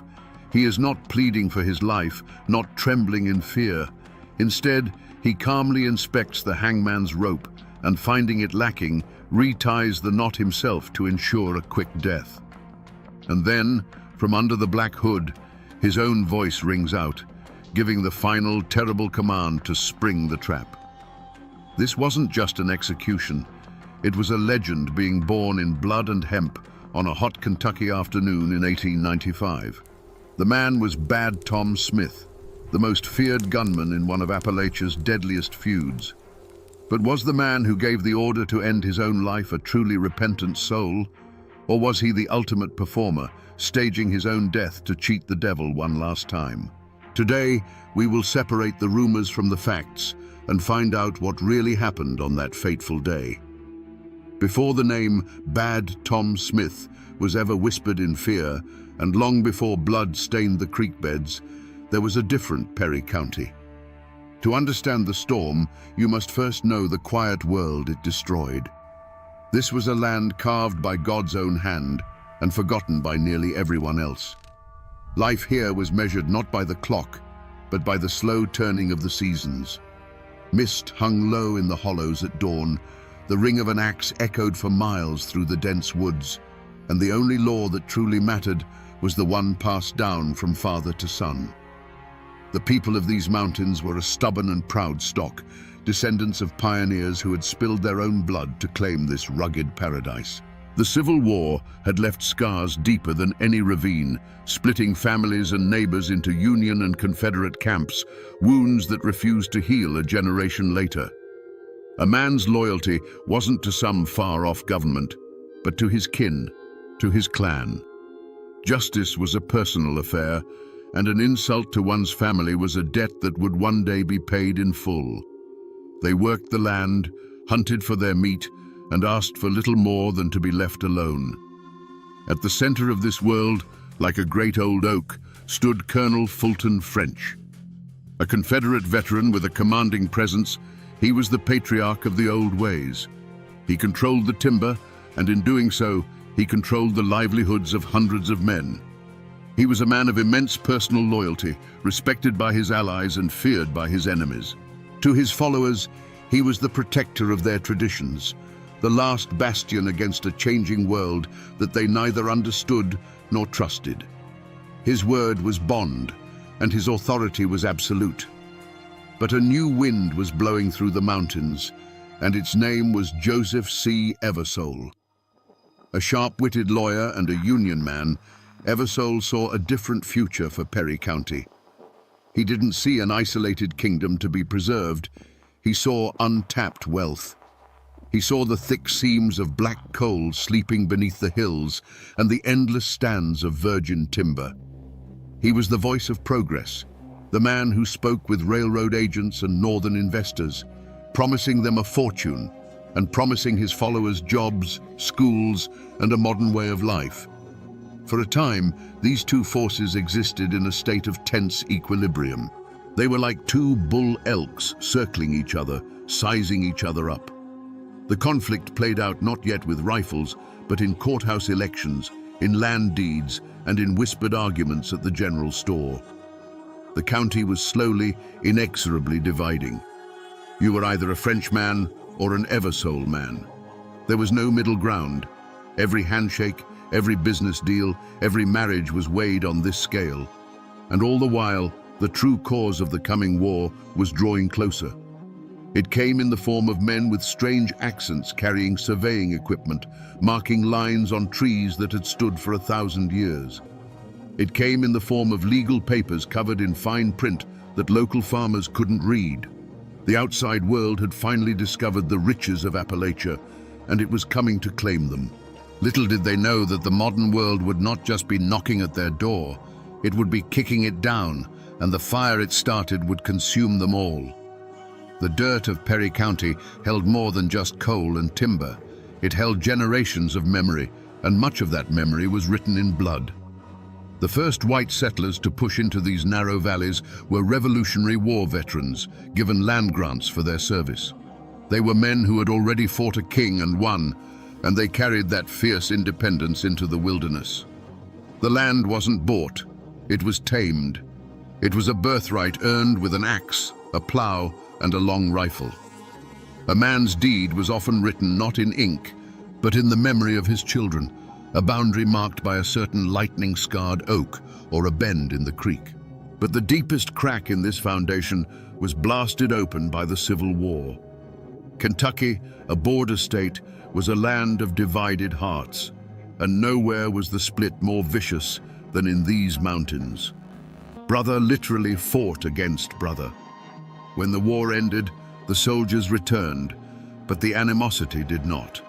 They went back to ploughing the same fields and walking the same paths, but now they were forever branded. You were either a Reb or a Yankee. Fulton French had been a colonel in the Confederate Army, a leader of men who fought for the Old South. Joseph Eversole, by contrast, was a staunch Unionist, a man who believed in the power and authority of the federal government.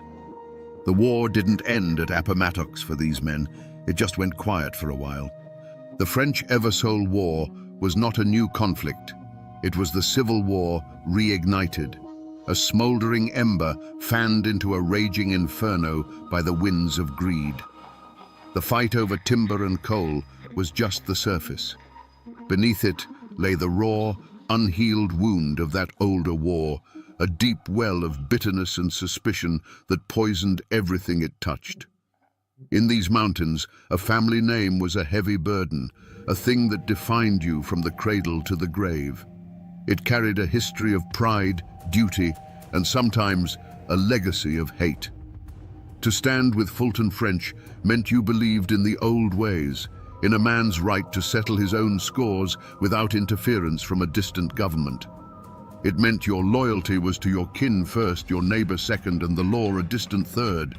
To side with Joseph Eversole meant you saw the law as a tool, a way to build a future, and you saw the old clan system as a roadblock to progress. It was a clash not just of men, but of worlds, and the ground had been prepared for it by 100 years of history. Long before the first ambush, the war was fought with whispers. In a place with no newspapers to speak of, and where news traveled by horseback, rumor was a powerful and dangerous weapon. The front porch of the general store, the smoky interior of the blacksmith shop, the churchyard after Sunday service, these were the battlefields. Every land sale, every new hire at the timber mill, every drunken brawl was picked apart and analyzed. Was he one of ours or one of theirs? A simple greeting could be mistaken for a threat, and a cold shoulder could be seen as a declaration of war. Into this poisoned atmosphere stepped the enforcers, the men who turned whispers into action. For Fulton French, that man was Tom Smith. Smith wasn't just a supporter, he was the physical embodiment of French's will. With eyes as cold as a mountain stream in winter and a reputation for being able to shoot the eye out of a squirrel at 100 yards, his presence was enough to intimidate jurors and silence witnesses. He was a walking, breathing threat, the human weapon that kept French's enemies in line. On the other side, Joe Eversole had his own men, often deputized lawmen, who used the color of law to serve their faction's interests. The county sheriff himself, a man beholden to Eversole, became a piece on the chessboard, his badge used to harass French's allies and protect Eversole's. The tension had already boiled over in smaller, uglier ways. Just a year before the killing started in earnest, there had been a bitter election for county judge. It was a contest of threats and bribes, not policies. Men loyal to French stood outside polling places, their rifles held casually but with clear intent. Votes were bought with moonshine and promises of work. When the Eversole-backed candidate won by a narrow margin, the French faction declared it stolen. A fistfight on the courthouse steps escalated until pistols were drawn, and only the intervention of cooler heads prevented a massacre right then and there. The incident was smoothed over, but the wound festered. This climate turned everyday disagreements into deadly feuds. A dispute over a line fence between two farmers became a proxy war for the entire county. One farmer was a Frenchman, the other an Eversole man. Soon, the rumor spread that one had deliberately poisoned the other's livestock. Then came the story of a barn being set on fire in the dead of night. There was no proof, only suspicion. But in the paranoid hollows of Perry County, suspicion was as good as a conviction. Friends stopped speaking, families split, and the entire community began to look at their neighbors not as people they'd known their whole lives, but as potential enemies in a war that everyone felt was coming. In the months leading up to the first killing, a deep sense of dread settled over the county, a feeling as thick and suffocating as the summer fog. The old folks, the ones who could still read the signs in the woods and the sky, saw the omens everywhere. A hoot owl, a creature of the night, was heard crying in the broad daylight from a dead chestnut tree, a sure sign that a death was coming to the hollow. The women whispered of dreams of muddy water and of snakes coiled in their path. The mountains themselves seemed to be holding their breath, the familiar sounds of the forest replaced by an unnatural quiet, as if all of creation was waiting for the first crack of a rifle. The human omens soon followed. Strangers began to appear in Hazard, men in city clothes with hard eyes who looked as out of place as a preacher in a saloon. They were hired guns, detectives from the Pinkerton agency, brought in by Eversole's faction to protect their business interests and intimidate their rivals. They didn't operate by the Mountain Code of Honor. They operated for cash. They carried new, repeating rifles and spoke in cold, clipped tones.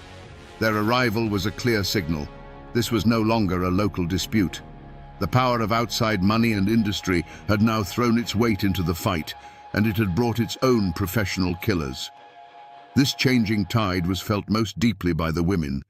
They saw it in the faces of their husbands and sons. They saw the way their men would stop talking when they entered a room. They noticed the extra care being taken to clean a rifle that was already spotless, the quiet stockpiling of ammunition. There was a new tension in the air, a grim purposefulness that had replaced the old simmering anger. A premonition of dread, cold and sharp as a knife's edge, ran through every household. The time for threats and posturing was over.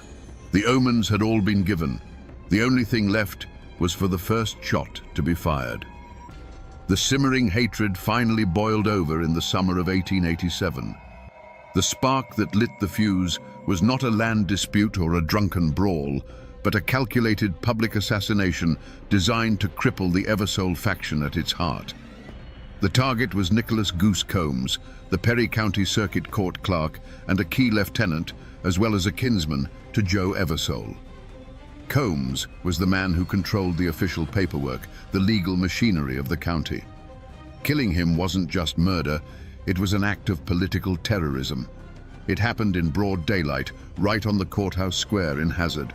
As Combs left the building, a volley of rifle fire erupted from a nearby building. Men from the French faction had laid in wait, turning the seat of county justice into a killing ground. Combs was hit multiple times, falling to the dusty street as townspeople ran for cover in a panic.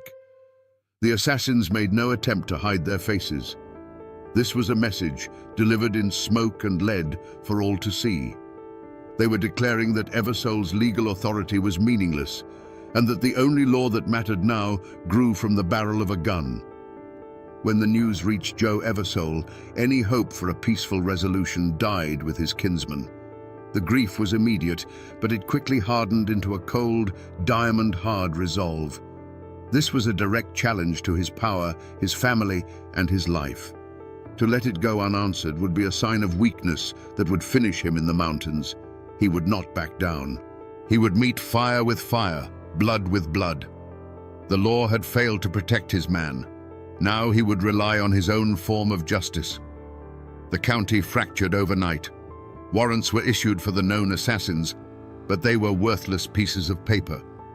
The killers simply melted back into the hollows, protected by Fulton French and his clan. Men who had once gone to town with only a pocket knife now openly carried Winchester rifles. The roads became unsafe, travel between hollows a dangerous gamble. Neighbors who had shared corn liquor now stared at each other over rifle sights. The time for whispers was over. The first drops of blood had been spilled on the courthouse steps, and it was a promise of the river that was to come. A line had been crossed from which there was no retreat. From that moment on, the war was open and declared. The ancient mountain code had taken over completely. An eye for an eye, a life for a life. And Joe Eversole now had a debt to collect. For over a year, the war raged. a series of brutal skirmishes and back-alley assassinations. Joe Eversole, now a hunted man, rarely traveled without a contingent of armed guards. But in the mountains, no man is ever truly safe. On May the 4th, 1888, Eversole made a fateful journey, riding with several of his men along a narrow trail that snaked beside a creek. It was a place where the rhododendron grew so thick it could swallow a man whole, a place perfectly designed for an ambush. The sun was warm, the birds were singing, and for a fleeting moment, it might have felt like peace. But shadows were watching from the ridge above. Without warning, the quiet afternoon exploded in a symphony of death. A single heavy rifle crack echoed from the hillside, sharp and final. Eversole's horse reared violently as its rider was jolted backward in the saddle, his body suddenly limp. Before his guards could even process what had happened, a second volley of gunfire tore through their ranks. It was a perfectly executed trap. The assassins were invisible, hidden behind rocks and trees, firing down into the trail with murderous precision.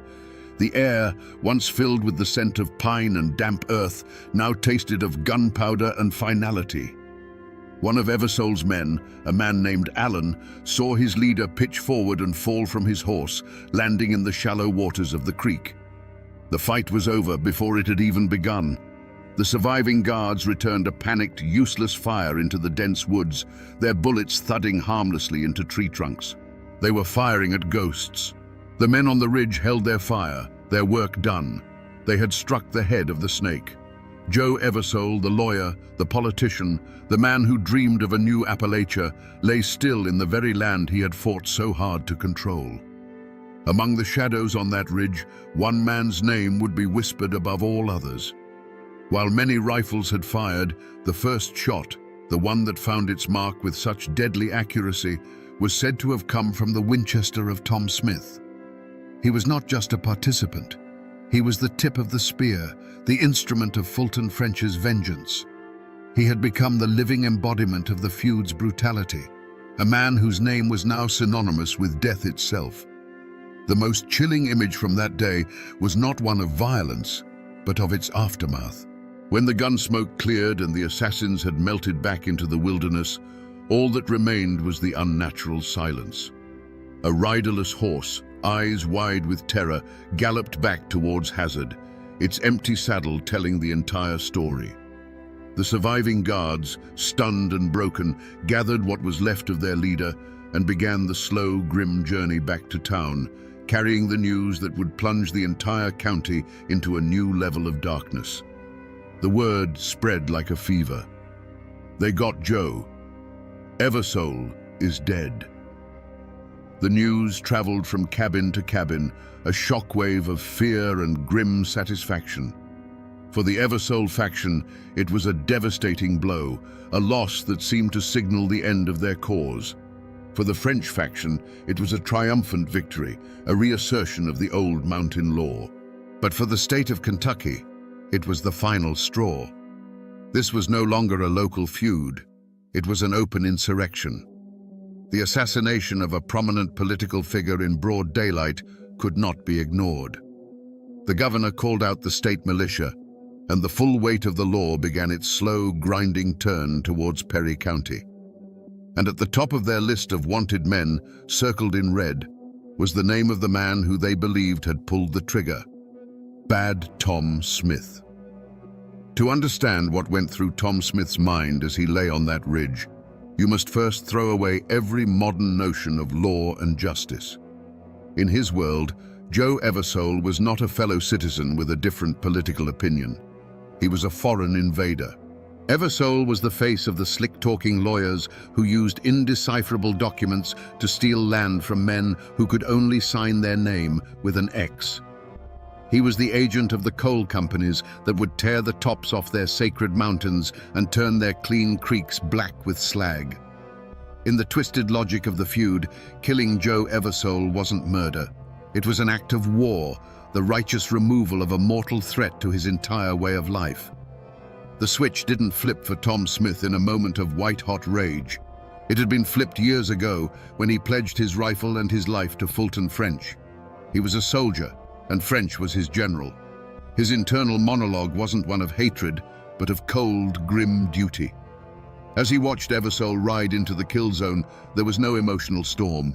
There was only the calm, practiced focus of a master hunter. The wind, the distance, the lead on a moving target, these were the things that occupied his mind.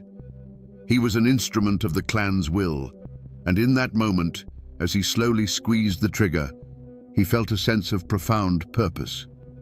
He was correcting an imbalance, restoring the natural order of the mountains with a single, perfectly placed shot. After the deed was done, there was no rush of guilt, no haunting remorse. There was only the metallic taste of triumph. He had done his job. He had proven his loyalty. He had removed the enemy. For a fleeting moment, lying there in the woods as the echoes of the rifles faded, he might have felt a deep, chilling satisfaction. But that feeling would have been quickly replaced by something else, the cold, pragmatic reality of survival.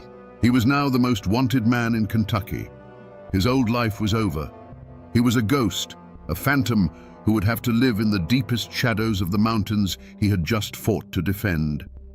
The satisfaction of the kill was gone, replaced by the grim calculation of the hunted. And that, in its own way, is the most terrifying thing of all, not a man who kills in a fit of passion, but one who does so as a matter of principle, and then calmly deals with the consequences. When the body of Joe Eversole was carried back into Hazard, laid across a horse like a freshly killed deer, a deathly quiet fell over the town. There were no cries of outrage, no shouts for vengeance, just a deep, collective intake of breath. It was the silence of shock, the silence of a people who knew that a final line had been crossed and that the world they had known was gone forever.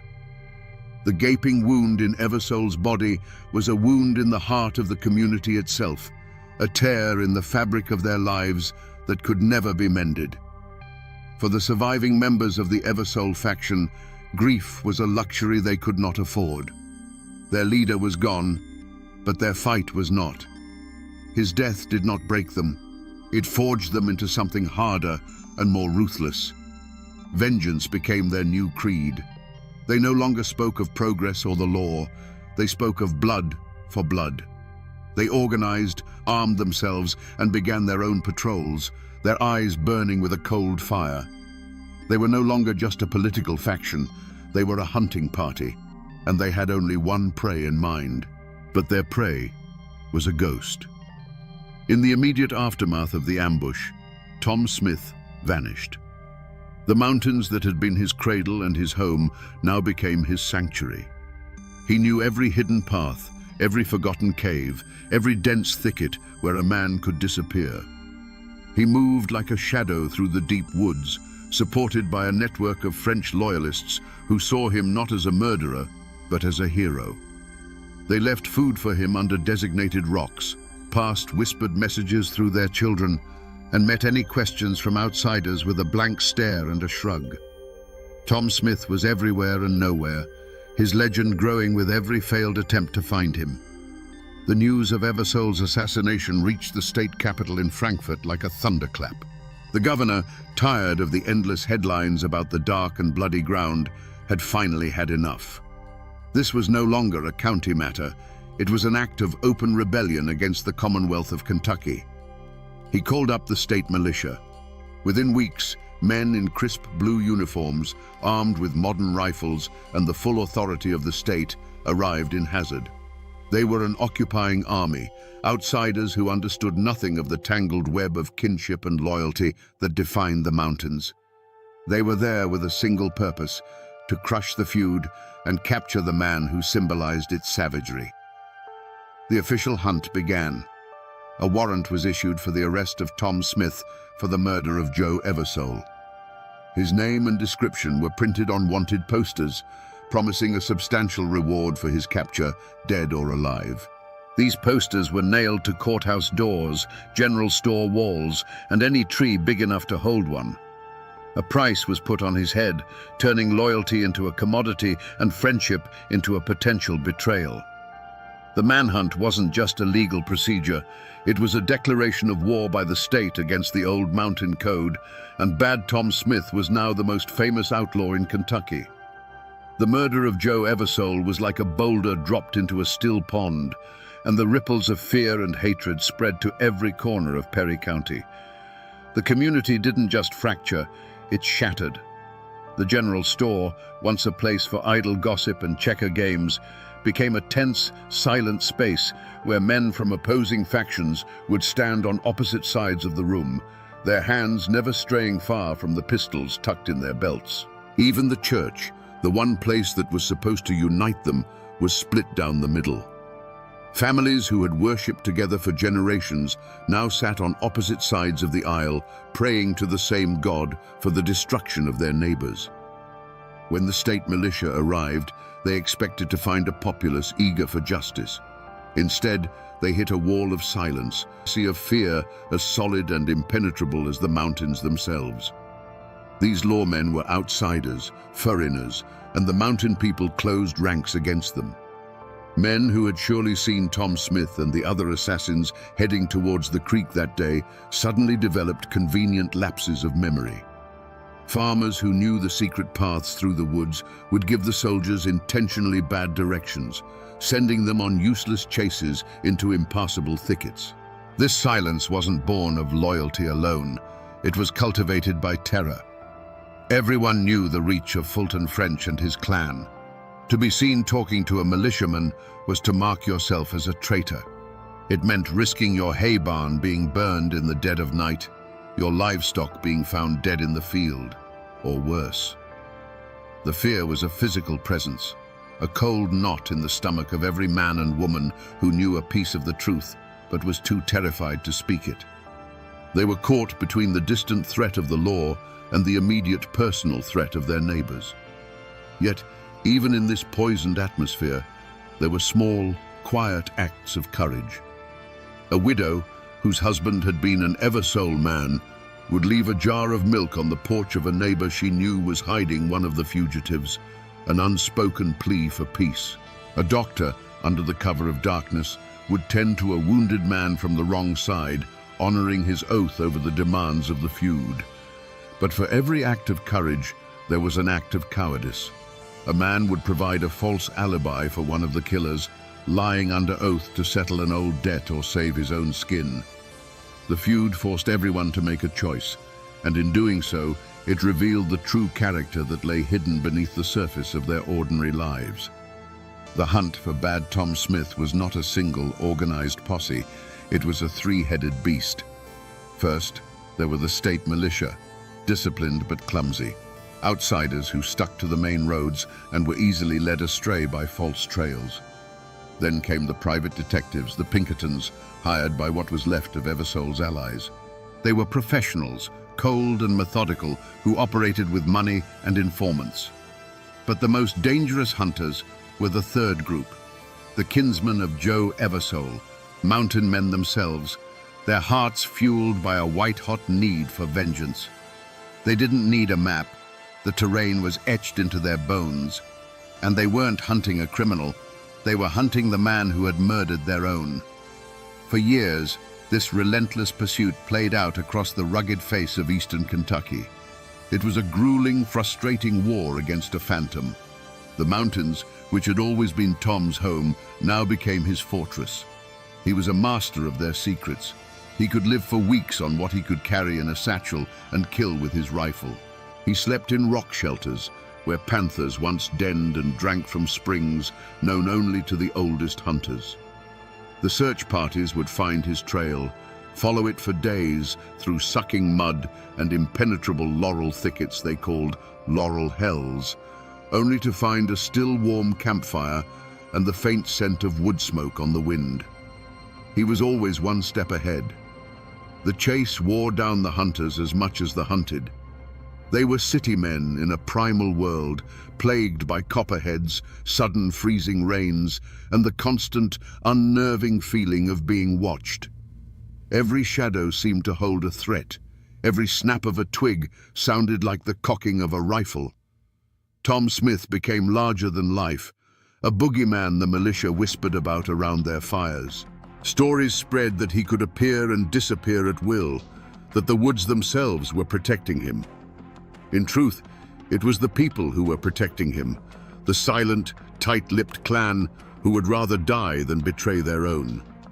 But time, like water, wears away even the hardest stone. The reward money grew larger, a tempting fortune in a land of desperate poverty. The constant pressure from the state wore down the French faction's resolve. After nearly 7 years on the run, the wall of silence finally cracked. A tip, bought and paid for with state money, led a posse of lawmen to a remote cabin deep in the hills of neighboring Breathitt County. They surrounded the cabin at dawn, rifles ready, expecting a bloody shootout, a final blaze of glory for the legendary gunman. The sheriff called out his name, his voice echoing in the morning stillness. There was a long, tense silence. But instead of a hail of bullets, the cabin door creaked open. A man stepped out onto the porch, blinking in the new light. He was gaunt and bearded, his clothes worn to rags. The fire was gone from his eyes, replaced by a deep, profound weariness. It was Bad Tom Smith, but he was a shadow of the fearsome enforcer they had hunted for so long. He held no rifle, only a strange look of resignation. The hunt was over, not with a bang, but with the quiet click of handcuffs around wrists that no longer had the strength to resist. The trial of Bad Tom Smith in the spring of 1895 was a spectacle. The town of Hazard swelled with people, a volatile mix of the curious, the vengeful, and the fearful. Armed guards from the state militia were posted on the rooftops surrounding the courthouse, their rifles glinting in the sun, a clear warning that any attempt at a rescue or an assassination would be met with overwhelming force. Inside the stuffy courtroom, the air was thick with tension. On one side sat the prosecutors, lawyers from Frankfurt, who saw this as a chance to finally tame the wild mountains. On the other, Tom Smith sat quietly, flanked by his court-appointed attorney, looking more like a tired farmer than a notorious killer. The prosecution built its case with eyewitnesses who had for 7 years been too terrified to speak. One by one, men who had been with Eversole that day took the stand, their voices sometimes trembling, and pointed a finger at Tom Smith. They told of the ambush, the crack of the rifles, the fall of their leader. But the defense lawyers were cunning. They attacked the credibility of the witnesses, painting them as biased members of the Eversole faction with their own scores to settle. They argued that in the chaos of the ambush, no one could have possibly identified a single shooter hidden on a wooded ridge 100 yards away. The most damning testimony came from within the French faction itself. Men who had once been Smith's comrades, now facing their own charges or tempted by offers of immunity, took the stand against him. They testified that Smith had bragged about the killing, that he had described it in detail, claiming the first and fatal shot as his own. As they spoke, Smith watched them with a look that was not of anger, but of a quiet, weary contempt. It was the look of a man who understood the final bitter truth of the mountain code. Loyalty lasts only as long as it is convenient. Throughout the trial, Tom Smith himself remained a silent, stoic figure. He never took the stand in his own defense. He watched the proceedings with a detached calm, as if he were observing a play in which he was merely an actor. There was no defiance, no remorse, just a profound and unsettling acceptance of his fate. It was as if he knew, long before the jury did, how this story had to end. After days of testimony, the jury, a group of men carefully selected from a neighboring county to avoid bias, filed out. They returned in less than an hour. The foreman stood, cleared his throat, and in a voice that barely rose above a whisper, pronounced the single word, "Guilty." A wave of murmurs swept through the courtroom, gasps of relief from Eversole's kinsmen, quiet curses from French's. The judge, his face grim, sentenced Bad Tom Smith to be hanged by the neck until dead. There was no outcry, no appeal. This wasn't the justice of the mountains, settled with a rifle. This was the cold, impersonal justice of the state. And it was final. The feud had claimed its last, most famous victim. The hanging of Tom Smith was meant to be an ending, a final full stop on a bloody chapter of Kentucky history. But for the people of Perry County, it was more like a cauterized wound. The bleeding had stopped, but the scar ran deep and ugly. The great French Eversole War was over. The state had won. Yet there was no celebration, no sense of victory, only a profound and unsettling exhaustion. The cost had been too high. For the surviving members of the Eversole clan, justice was a bitter pill. Their enemy's most fearsome soldier was dead, but it couldn't bring back their leader. They had won the war, but lost the peace. Many of them, having looked into the abyss of mountain violence, wanted nothing more to do with it. They had seen what the old ways led to. In the years following the trial, many sold their land and timber rights to the very coal companies Joe Eversole had championed, taking the money and leaving the mountains forever. They scattered to Ohio, to Indiana, to the west, anywhere they could escape the ghosts that haunted every creek and hollow. And what of the mastermind, Colonel Fulton French? He was never convicted for his role in the war. The law couldn't touch him. But he faced a different kind of justice, a slower and perhaps more fitting punishment. The execution of Tom Smith was a public spectacle of his defeat. His power, which had been absolute, was broken. Men no longer feared him because the state had proven it was the bigger, stronger beast. As the coal companies moved in with their railroads and their armies of lawyers, French's old-world influence crumbled. He died years later, not a revered patriarch, but a relic, a bitter old man who had watched the world he fought to preserve be bought, sold, and carved up by the forces of progress he had so despised. It was his curse to live powerless in the ruins of his own kingdom. The community, as a whole, tried to heal itself by deliberately forgetting. The feud became the great, unspoken trauma. It was too painful, too shameful to talk about openly. Parents stopped telling their children the full, brutal story, wanting to spare them the poison of that inherited hate. The tale of bad Tom Smith and the war he fought in was pushed into the shadows, becoming the stuff of whispers and warnings rather than history. Perry County desperately wanted a new identity. It wanted to be known for its coal, its timber, its hard-working people, anything but the dark and bloody ground where brother had slaughtered brother. A thick blanket of collective silence was pulled over the past, but under it, the memory lay restless and unquiet. Walk through Perry County today, and you will still find the old names. There are Frenches and Eversoles and Smiths living in these hills, their mailboxes standing on the same roads their ancestors bled on. But the feud is a ghost story now, a grandparent's tale told on a cold winter night. The great-grandchildren of mortal enemies are now neighbors, friends, sometimes even husband and wife. The blood hatred has been diluted by time, washed away by a conscious collective decision to break the cycle. They chose peace, and in doing so, they gave their children a future that was not defined by the graves of the past. The physical traces of that war are harder to find, but they are there if you know where to look. There is no monument, no plaque marking the spot where Joe Eversole was ambushed. But drive along the Kentucky River in Hazard, and you will find a quiet, unassuming field. Today, it might be a place where kids play baseball or families have picnics, but the older folks still know it by another name, Hangman's Hollow.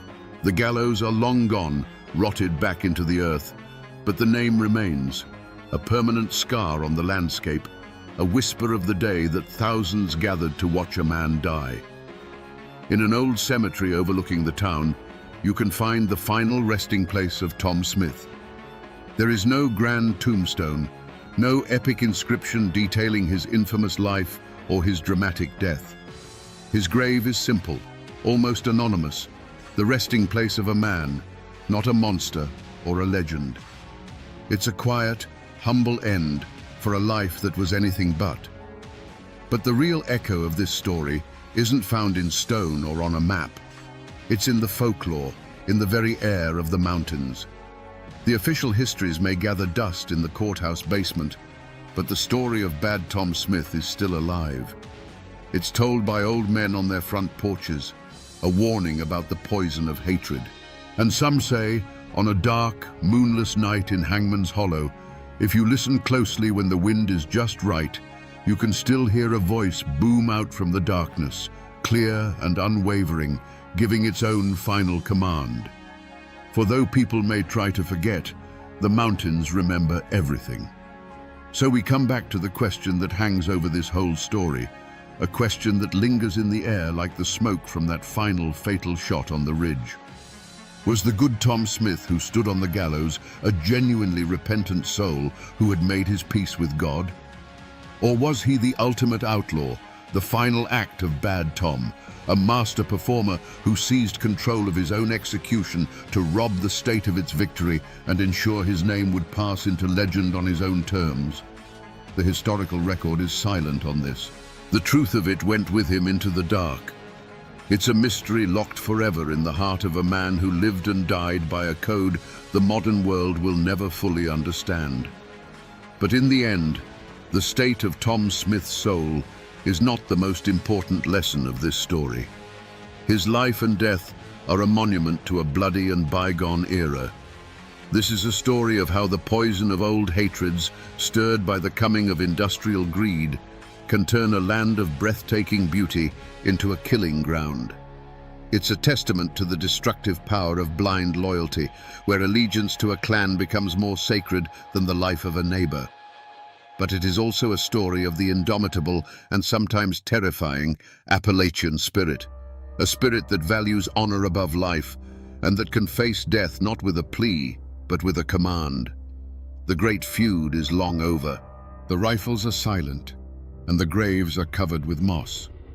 But the story serves as a permanent warning carved into the memory of these mountains. A warning that the line between neighbor and enemy, between law and vengeance, is perilously thin. It reminds us that the blood of the past never truly washes away. It just sinks into the soil, waiting for a new conflict to bring it to the surface once more. And now, my friends, you know the rest of the story.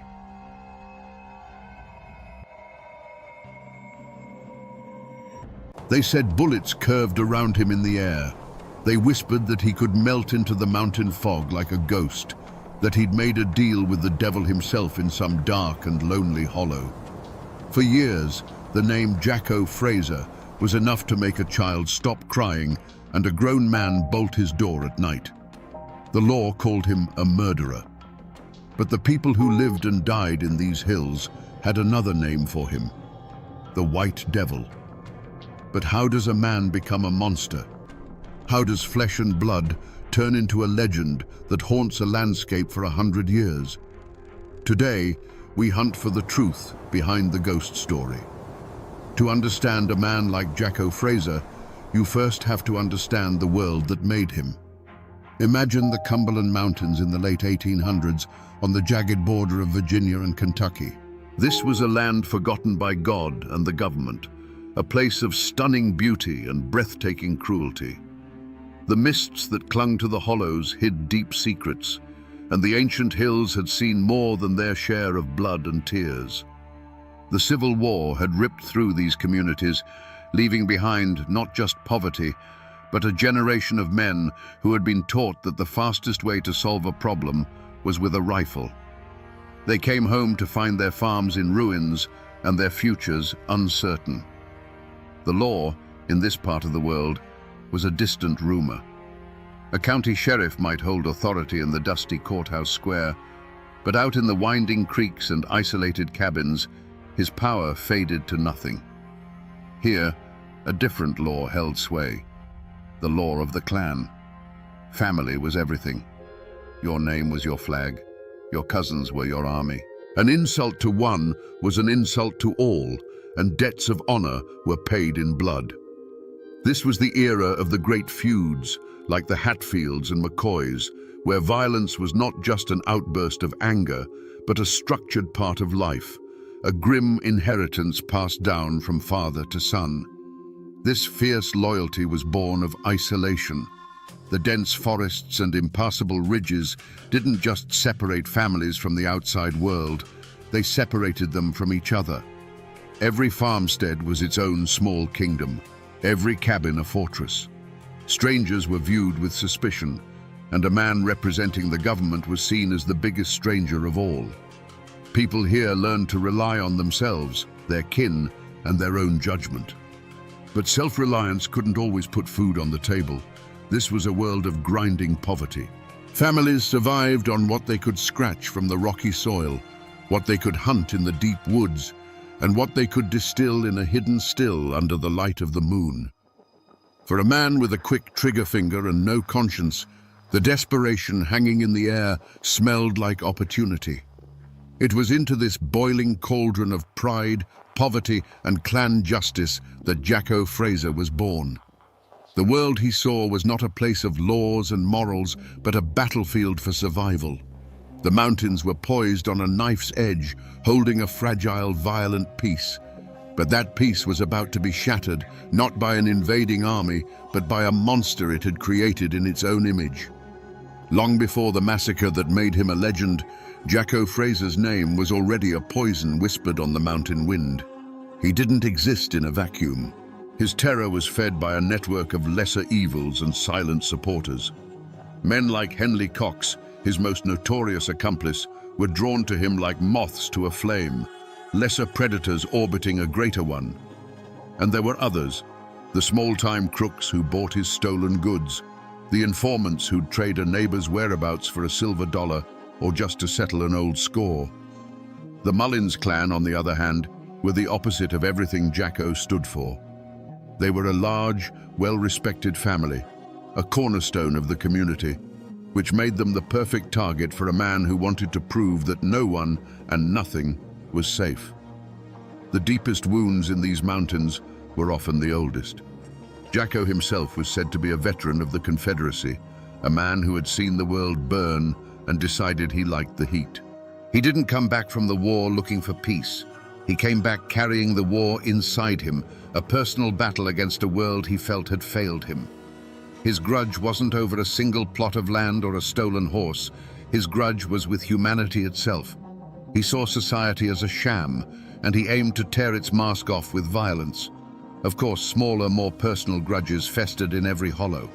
A card game that ended in a bitter accusation, a dispute over a property line that had been argued for generations, a family that got a little too prosperous for a neighbor's liking. These were the hidden fault lines running beneath the community. Jacko was a master at exploiting them. He understood the dark currents of envy and resentment that flowed beneath the surface of daily life, and he knew how to use them to his advantage, turning the quiet suspicions between neighbors into open fear. And so, the rumors began to spread, moving from cabin to cabin like a sickness in the air. At first, they were just unsettling stories. A peddler who was supposed to be heading through Pound Gap simply vanished. A farmer found his best mule gone, his tack shed emptied. A lone traveler would arrive at the next settlement pale and shaken, telling a story of being robbed on the trail by a man with eyes as cold and pale as a winter sky. None of these were big enough to bring the law down from the state capital, but they were carefully stacked, one on top of the other, building a foundation of dread. Every story, filtered through a dozen mouths around a dozen hearths, grew darker and more menacing. The whispers turned into a constant, low hum of anxiety that settled over the mountains. People began to look at the shadows a little longer. The sound of a horse at night was no longer a comfort, but a cause for alarm. The community was being slowly poisoned, not just by Jacko's deeds, but by the fear of what he might do next. The stage was being set for an act of violence so brutal it would turn whispered rumors into terrified screams. The year was 1892. For the Mullins clan, it was a day of prosperity. Several members of the family, including Ira Mullins, his wife, and other kinsmen, had made the long journey by wagon to the nearest town. They were returning home, their carts laden with goods, and more importantly, their pockets heavy with cash from a successful day of trading. We're talking several $100s, a staggering fortune in those mountains, enough money to set a family up for a year, or to make a desperate man do the unthinkable. Imagine the scene. A narrow mountain path, barely wide enough for their wagons, snaking its way through the dense, dark woods of Pound Gap. The late afternoon sun was beginning to fail, casting long, distorted shadows that clawed at the edges of the trail. The air grew cooler, carrying the scent of damp earth and decaying leaves. The steady creak of the wagon wheels and the soft plod of the horses were the only sounds in a world that was growing unnaturally quiet. The birds had stopped singing. The woods were holding their breath. It was a feeling every mountain person knows in their bones. The difference between a peaceful silence and a waiting one. Perhaps one of the men glanced nervously into the darkening trees. Perhaps a child in the wagon pulled a blanket a little tighter around their shoulders, sensing a shift in the air. They were on their own land, just miles from the safety of their homes, but that feeling of safety was beginning to fray like an old rope. They were being watched. Suddenly, from the deep shadows of the forest, a command rang out, a harsh voice slicing through the quiet, telling them to halt. But this wasn't a warning. It was a declaration. Before the echo had even died, the trees erupted in a blaze of rifle fire. The led horse screamed and reared, falling in its traces. The quiet evening was shattered by the roar of guns, the splintering of wood, and the first cries of shock and pain. This wasn't a robbery. This was an execution. The point of no return had arrived, not with a whisper, but with a thunderclap of violence that would stain these mountains forever. The ambush was brutally efficient. The narrow pass became a slaughter pen, a claustrophobic trap from which there was no escape. The first volley of shots sent a wave of chaos through the wagon train. It was a cacophony of terror, the sharp crack of rifles echoing off the rock walls, the splintering of wagon boards, the high-pitched screaming of wounded horses, and the raw human cries of disbelief and agony. Men who had been solid, living figures just a second before now crumpled to the ground, becoming nothing more than dark shapes in the failing light. But the attackers were not wild animals in a frenzy. They moved with a chilling purpose, emerging from the tree line like specters. Among them, one figure moved with a terrifying calm, his pale eyes scanning the wreckage with an unnerving detachment. This was not a fight. It was a harvest. As the survivors scrambled for cover that didn't exist, Jacko Fraser and his men moved in, their rifles barking with methodical precision, each shot finding its mark. Ira Mullins lay wounded in the dirt, the life seeping out of him onto the very land his family had worked for generations. A shadow fell over him. He looked up to see Jacko Fraser standing there, his face as impassive as carved stone. There was no rage in his eyes, no flicker of emotion at all. It was the cold, empty gaze of a man looking at an object, not a human being. A revolver appeared in Jacko's hand. The metallic click of its hammer being pulled back was the loudest sound in the world. Then came a single sharp report that slammed the door shut on Ira Mullins's life. With the killing done, a new and even more grotesque phase began. Jacko knelt beside the body of the man he had just executed, and with the calm demeanor of a clerk counting change, reached into his pockets and retrieved the thick roll of money. This cold ritual was repeated as the gang moved from one still form to another, their hands searching pockets and pouches. They were not just murderers, they were grave robbers, desecrating their victims before the bodies had even grown cold. When the last echo of gunfire had faded and the last coin had been pocketed, what remained was a tableau from hell. A wagon lay on its side, its contents, flour, cloth, tools, spilled across the dirt road like the entrails of a dying beast. The horses lay tangled in their harnesses, their great bodies still and silent. The air, thick with the smell of gunpowder and blood, hung heavy and motionless. It was the silence that was the worst part, a profound, deafening silence where just moments before there had been life, laughter, and hope.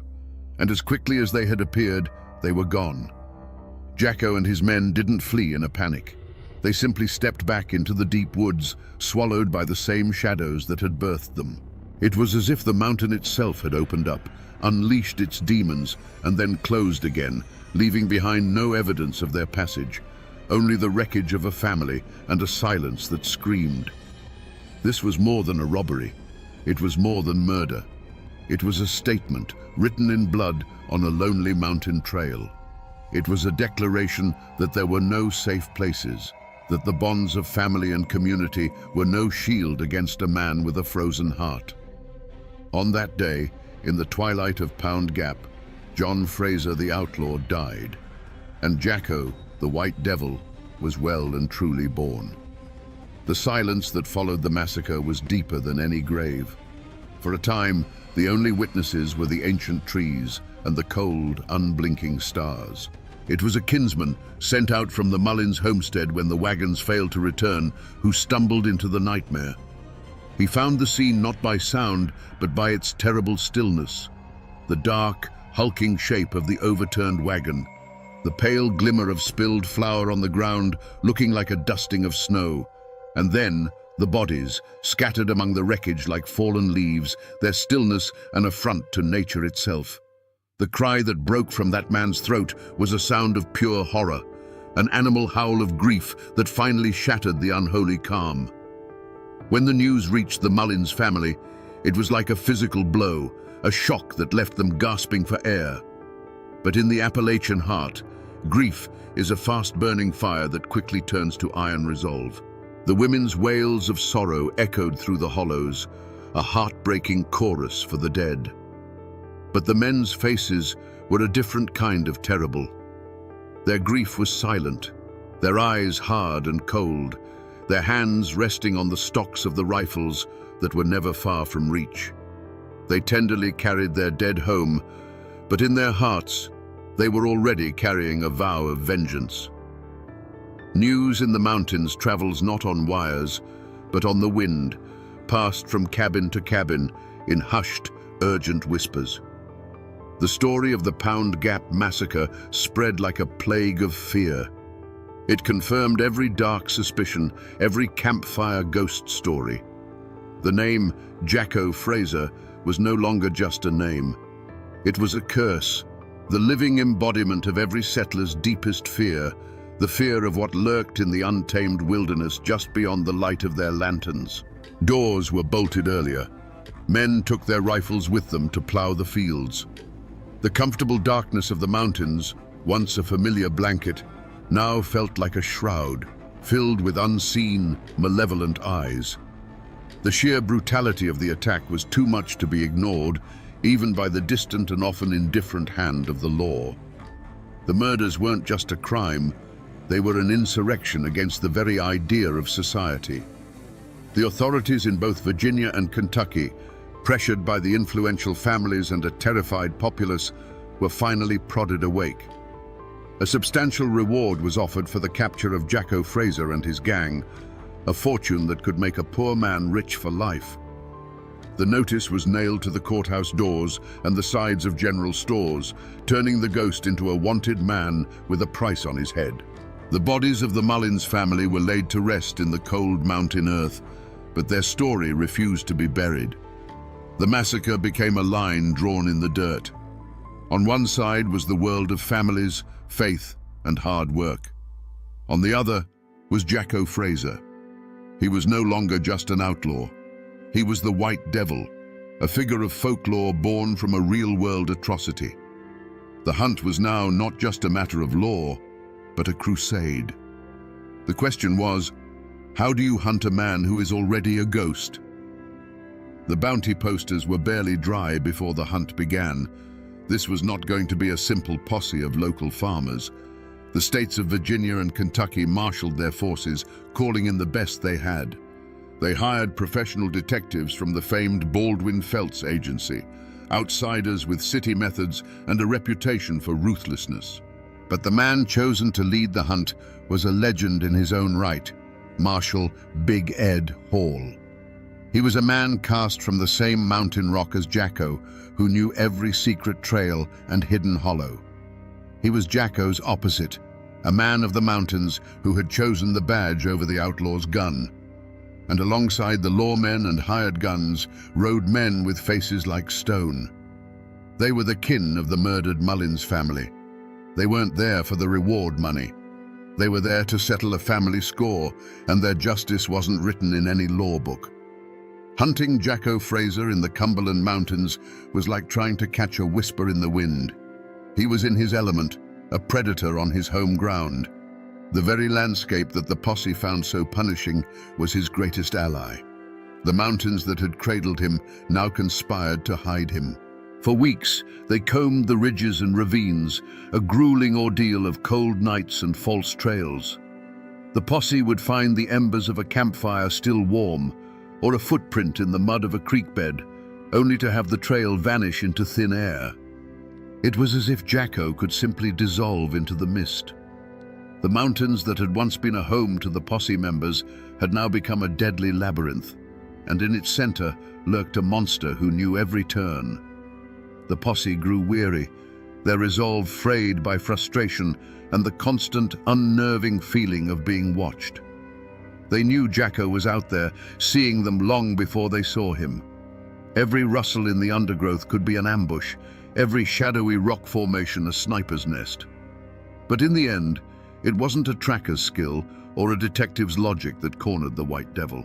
It was human weakness. A name was whispered to the lawmen, an informant, tempted by the life-changing reward or simply terrified into submission, gave up Jacko's hiding place. The mountain's code of silence had finally been broken by the one thing stronger than loyalty: fear. The tip-off led them to a lonely, isolated cabin near the Kentucky border. They surrounded it in the dead of night, a ring of steel closing in under a moonless sky. As the first grey light of dawn touched the peaks, Big Ed Hall gave the signal.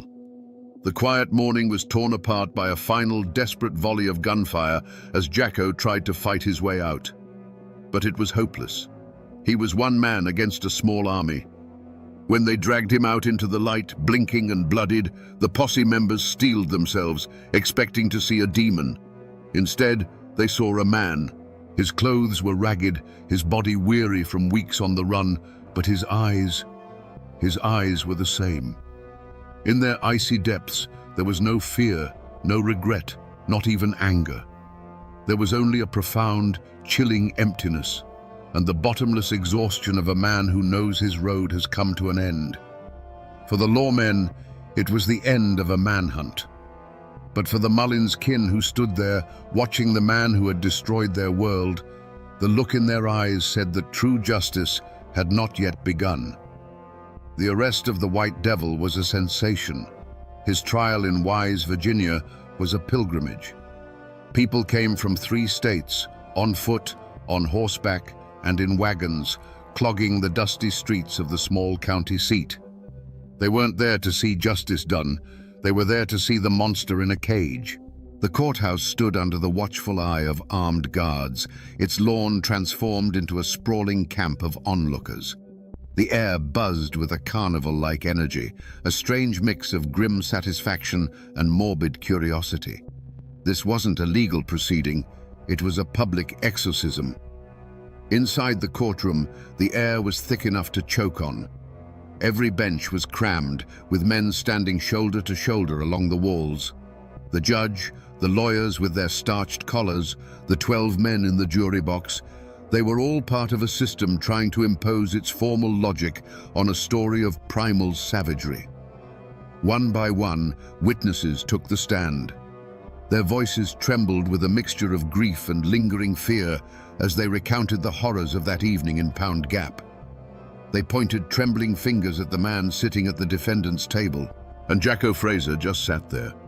He showed no remorse, no fear, not even a flicker of interest. As survivors wept on the stand, He watched them with the same detached curiosity a man might watch a bug crawling across a windowsill. His silence was more unnerving than any outburst would have been. He was a void, a black hole of human feeling in the center of the room, and his cold, defiant calm was his final weapon. He refused to play their game, refused to give them the satisfaction of seeing him break. He was a monster, and he seemed content to let them know it. The trial was, as everyone knew it would be, a formality. The evidence was absolute, the testimony unshakable. When the jury filed back in, their faces were grim and set. The foreman didn't need to clear his throat. His voice was steady and clear as he pronounced the single word that everyone had come to hear: guilty. A collective sigh, a wave of relief and whispered approval washed over the courtroom.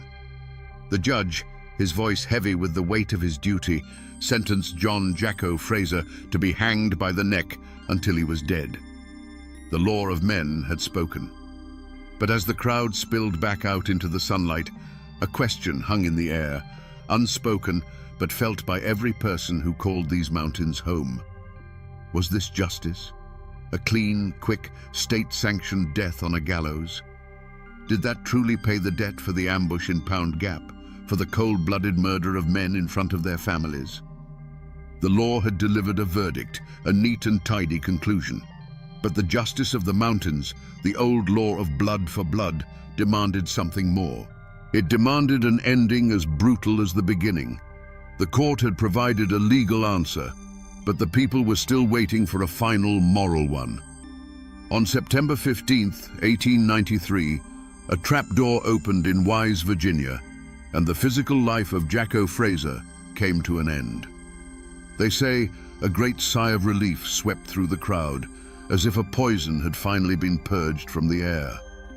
He was buried in an unmarked grave, a common fate for notorious outlaws, to prevent his final resting place from becoming either a shrine or a site of desecration.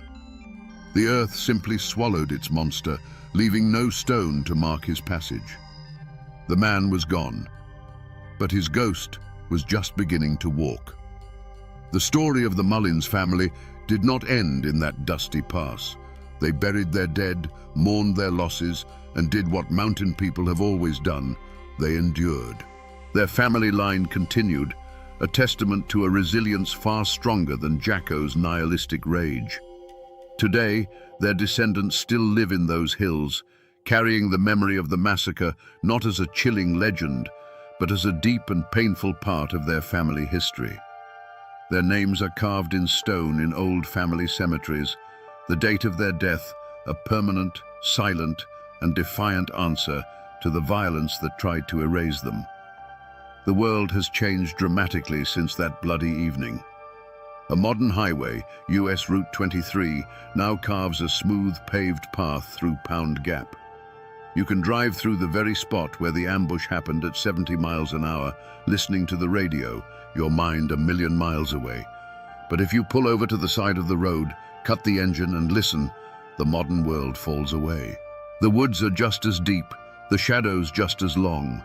In the quiet, you can almost feel the weight of that terrible silence from so long ago. The old courthouse in Wise still stands, a brick-and-mortar witness that has held the story within its walls for over a century. And of course, there is the legend of the treasure. Like all famous outlaws, Jacko was rumored to have stashed his ill-gotten fortune, thousands of dollars in gold and silver coin, somewhere in the labyrinthine caves and crevices of the Cumberland Mountains. For decades after his death, treasure hunters, armed with old maps and older rumors, dug into the hillsides, chasing the ghost's promise of cursed gold. The treasure was never found, of course, but the hunt itself became a part of the story, keeping the White Devil's name alive, a whisper of greed and danger that echoed through the generations. Most people have forgotten the facts of the case. The official records are yellowed and brittle, gathering dust in courthouse archives. But the mountains have a long memory. The name Jacko Fraser still surfaces from time to in these parts, a dark ballad told around a late-night fire. He is no longer a man of flesh and blood, but a piece of the landscape itself. A warning, a folk tale, a permanent shadow that time has not been able to erase. So we return to the question we asked at the very beginning. How does a man become a monster? The story of Jacko Fraser gives us a chilling answer. He wasn't born a demon. He was forged in the fires of a brutal war and hammered into shape on the anvil of a lawless, desperate land. He was the ultimate consequence of a world where civilization was a distant rumor and survival was a daily battle. The White Devil wasn't a supernatural force. He was something far more terrifying. A man who had shed every last piece of his humanity and embraced the darkness that waits inside us all. And how does a monster become a legend? His cruelty was so absolute, so far beyond the normal feuds and fights of the mountains, that people had to make him more than a man to understand him. It was easier to believe he was a ghost who could melt into the fog, a demon who had made a pact with Satan, than to accept the horrifying truth, that a human being, a man of flesh and blood, could be capable of such cold, empty evil. The legend of Jacko Fraser wasn't just a story told to frighten children. It was a story adults told themselves to make sense of the senseless. This isn't just a tale of true crime. It's a parable etched into the very rock of these mountains. It is a story of the terrible beauty and brutal reality of the Appalachian frontier. It reminds us that for every hero there is a shadow, and that the history of this place is written in both courage and in blood. Jacko Fraser was more than a murderer. He was the living embodiment of the mountain people's deepest, darkest fear, the fear of what lurks in the shadows just beyond your own doorstep. And now, my friends, you know the rest of the story.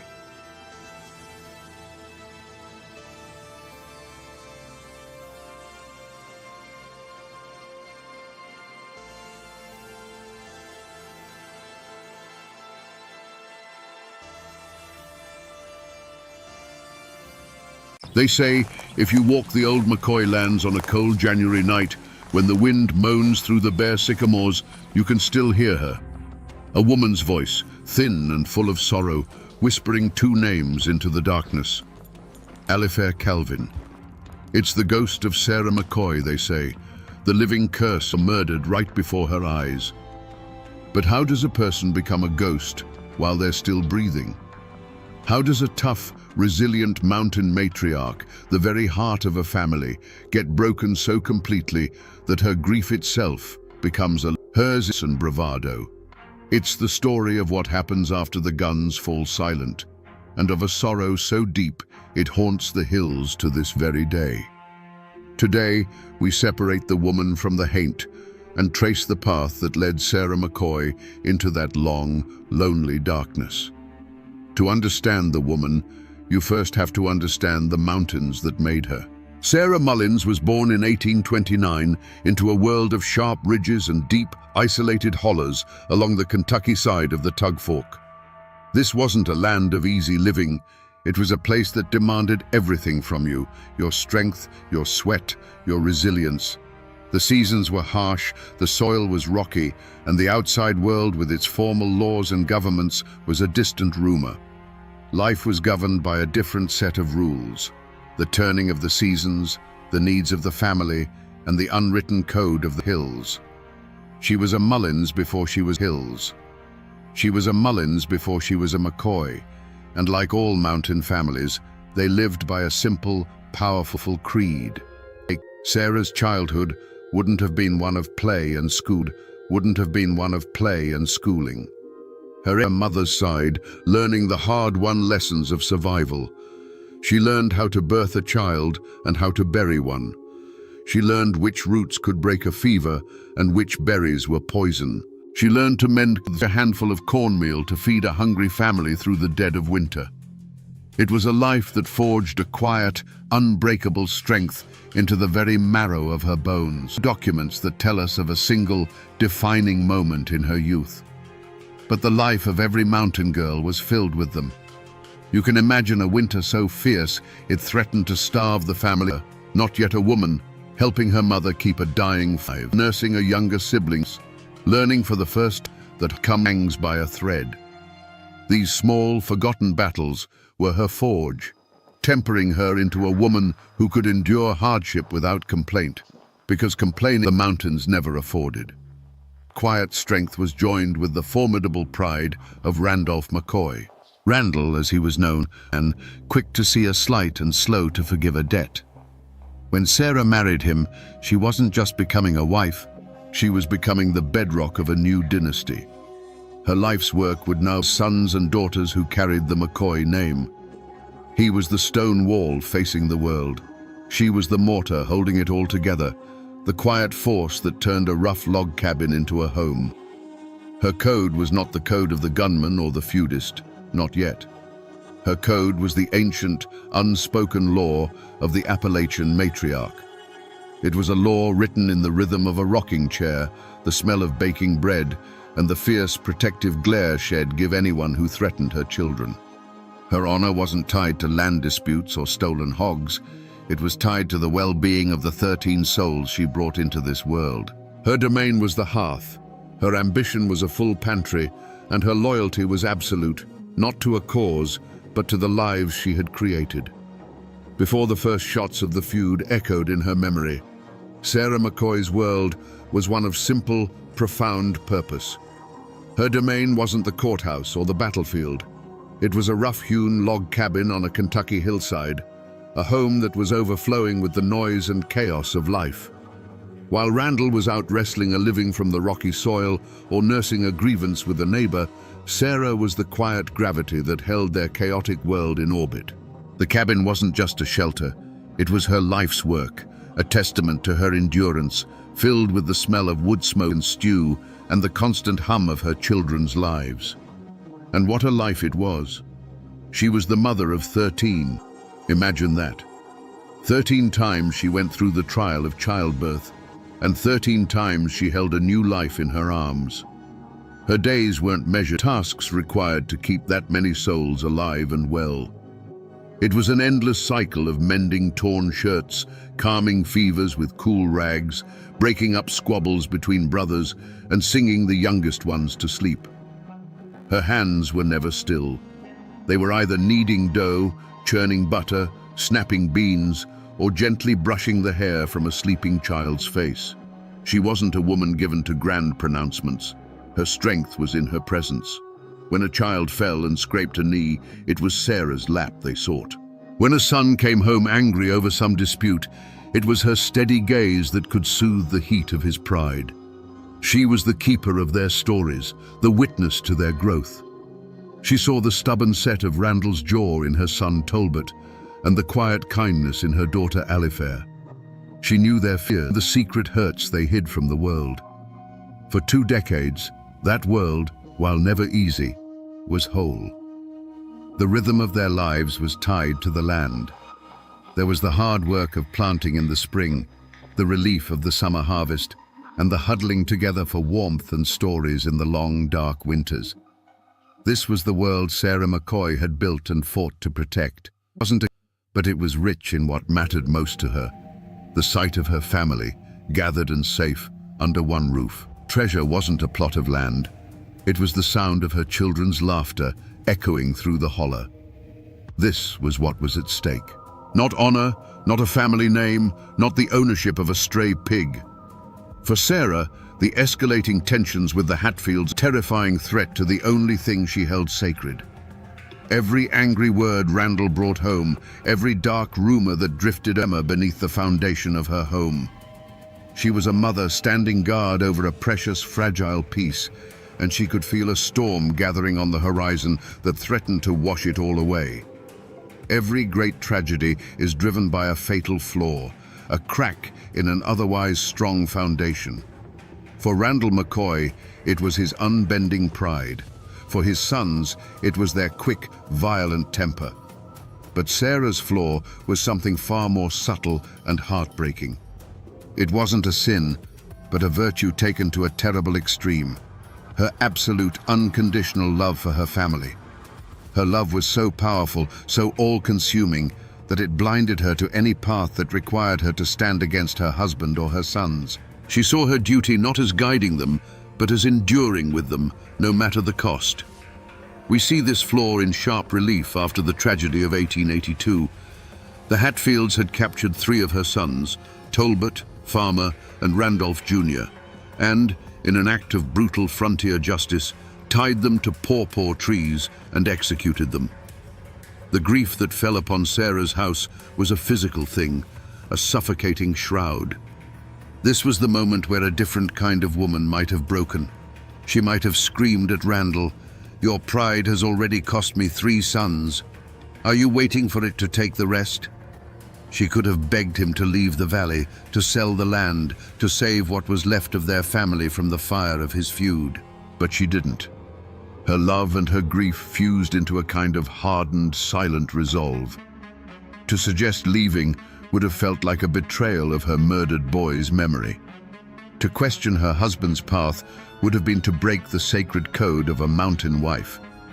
And so, she stood by him. While the men spoke of honor and revenge, Sarah's world was one of empty chairs at the dinner table and ghosts in every corner of the cabin. Her loyalty, once the family's greatest source of strength and comfort, now became the quiet engine of its destruction. She would support their fight, even if it led them all to the grave. This unwavering devotion was, for most of her life, her greatest strength. It's what allowed her to raise 13 children in the harshest of conditions. It was the bedrock on which the McCoy family was built. But in the face of a blood feud, that same strength became a profound weakness. It made her a passive participant in her own family's annihilation. She couldn't see that sometimes the most loving act is to say no more.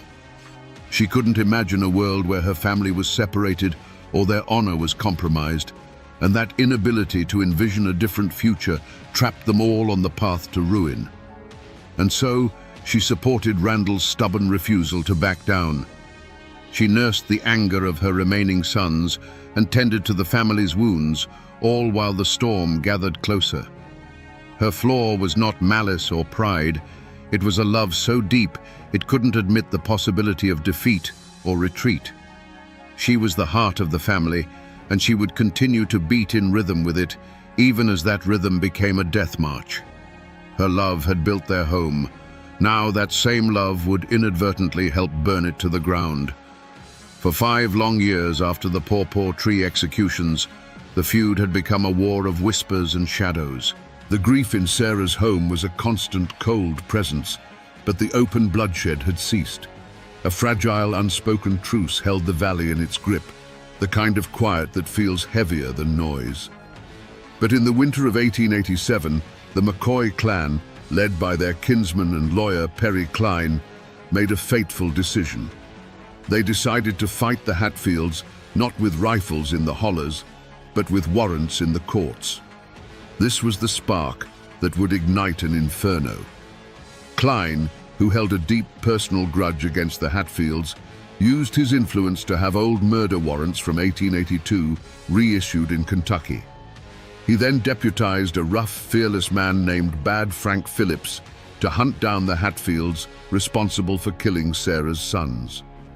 To the outside world, this was the law taking its course. But in the mountains, this was a profound and unforgivable insult. It was seen as a coward's move, an attempt to use outside authority to settle a family matter. You didn't send a lawman to do a man's work. It was a direct challenge to the sovereignty of the Hatfield clan and their patriarch, Devil Anse. The affront became an invasion when Frank Phillips and his posse crossed the Tug Fork into West Virginia. They were armed, they had the law on their side, and they began to hunt Hatfields on their own soil. They captured several men, and in the process, a Hatfield ally was killed. The news of this invasion, this violation of their territory by a McCoy-led force, reached Devil Anse like a declaration of war. The fragile truce was shattered. The Hatfields' response would not be in a courtroom. It would be swift, total, and merciless. For Sarah, this news was not a victory. It was a death sentence. When she learned that the law was being used as a weapon, a cold dread must have settled deep in her bones. She, more than anyone, knew the nature of the men they were provoking. She had seen their brand of justice firsthand at the base of 3 pawpaw trees. While the men in her family may have felt a surge of righteous power, Sarah would have felt the earth begin to tremble beneath her feet. The point of no return had been crossed. The men had kicked the hornet's nest with the lawyer's boot, and she knew the swarm would be coming for her home. Her immediate visceral reaction wouldn't have been one of anger or pride, but of a mother's paralyzing fear. She would look at her daughter Alifair and her son Calvin, the 2 children who remained with her in that isolated cabin, and see them with new, terrified eyes. They were no longer just her children. They were the targets. Her fatal flaw, that unwavering loyalty, now chained her to this reckless course. She couldn't protest. She could only pray. The men had lit the fuse, and Sarah was left to do nothing but watch it burn closer and closer to her door. For the first time in 5 years, a dangerous kind of hope flickered in the McCoy men. With Frank Phillips and his posse raiding West Virginia, they felt the tide turning. Justice, or at least their version of it, seemed within reach. But the whispers that drifted back across the Tug Fork were as cold and dark as a winter creek. Friends and neighbors, men who knew the Hatfields not as names on a warrant, but as flesh and blood forces of nature, brought warnings to Randall. They spoke in low, urgent tones of men gathering at Devil Anse's command, of the cold fire they'd seen in Jim Vance's eyes. These weren't formal offers of peace. The time for that had long passed. These were the desperate pleas of a community that could feel the ground getting ready to shake. "Take your family and go, Randall," one might have said. "Go to Pikeville, anywhere, just until this blows over. A piece of paper won't stop a bullet." They were warnings born of experience, a deep mountain wisdom that understood that provoking a man like Jim Vance was like cornering a rattlesnake. You might have the right to do it, but you'd be a fool to expect to walk away unharmed. But Randall McCoy, his pride now buttressed by the authority of the law, was deaf to these pleas. To him, leaving would be running. It would be an admission of defeat, a betrayal of the sons already in the ground. "We have the law on our side now," he'd retort, his jaw set like stone. He mistook the warrants in his pocket for a shield, believing the outside world's rules now applied to this ancient, personal war. He and his remaining sons walked with a newfound confidence, blind to the fact that they were marching their families straight towards an open grave. Sarah saw it, though. She saw the truth not in Randall's defiant words, but in the silence that followed them. She saw it in the way neighbors averted their eyes, in the sudden quiet that fell over a room when she entered. She could feel her family being walled off, isolated by her husband's stubborn pride. The warnings the men ignored, she heard as a deafening roar. She knew the Hatfields. She knew what they had done to her boys at the pawpaw trees, and she knew they had done it without the pretext of a legal invasion. What would they do now, with their homes raided and their kinfolk dragged away in irons? Her path of no compromise was one of silent, terrified endurance. Every day that passed was another missed opportunity to flee. Every sunset that painted the winter sky felt like a final act. The cabin, once her sanctuary, began to feel like a trap made of logs and pride. While her husband saw their stand as a matter of honor, Sarah saw only the shrinking circle of safety around her children. The men were too busy listening to the lawyers and the deputies to hear the sound that Sarah heard every night in her sleep, the sound of approaching footsteps in the snow. And so, with every warning ignored, with every chance for escape dismissed, the certainty of a violent end grew. The feud was no longer a simmering conflict. It was a runaway wagon careening downhill, and the McCoy family was tied to the driver's seat. Their isolation was now complete. They were alone in their holler, surrounded by a world that was holding its breath, waiting for the inevitable crash. The only question left was how terrible the wreckage would be. The final chance for peace didn't come with a white flag or a parley at the river's edge. It came in the dead of night, on New Year's Eve, 1887, inside the 4 walls of the McCoy cabin. It came not as a negotiation, but as a wife's desperate plea to her husband. The children were asleep, their breathing soft and even in the cold air. The only sounds were the crackle of the fire in the hearth and the low moan of the wind outside, a sound that seemed to be whispering a warning. Sarah sat watching the fire, but she wasn't seeing the flames. She was seeing the faces of her sleeping children, Calvin and Alifair, and the image of them was superimposed over the memory of her 3 dead sons. The fear she had been swallowing for weeks finally rose in her throat, too powerful to be contained. She turned to Randall, who sat cleaning a rifle, his face a grim mask in the flickering light. Her voice, when it came, was barely a whisper. "Randall, let's leave this place." He stopped his work, the sound of the oiled rag on steel falling silent. He didn't look at her. "Leave? And go where? This is our home, woman." But Sarah pressed on, her words tumbling out in a torrent of a mother's terror. "To Pikeville, just for a while. Let the lawmen do their work. The land will be here when we come back, Randall. The house will be here. But the children, I can't lose any more children." This was her one and only act of defiance, a desperate attempt to place the lives of her family above the honor of their name. For a brief, flickering moment, the iron in Randall McCoy's gaze seemed to soften. He looked over at his son, Calvin, a young man now, his daughter Alifair, her face peaceful in her dreams. He saw the genuine, heart-stopping fear in his wife's eyes. This was the crossroads. He could choose his family, or he could choose his feud. He could choose life, or he could choose the dirt his ancestors were buried in. The entire weight of the McCoy family's future rested on the next words to leave his mouth. He shook his head, slowly at first, then with a final, terrible certainty. "And let them say I ran? Let Jim Vance and his murdering kin tell their children that Randall McCoy was a coward who abandoned his home and the graves of his sons." He stood up, his voice low and hard. "No, Sally.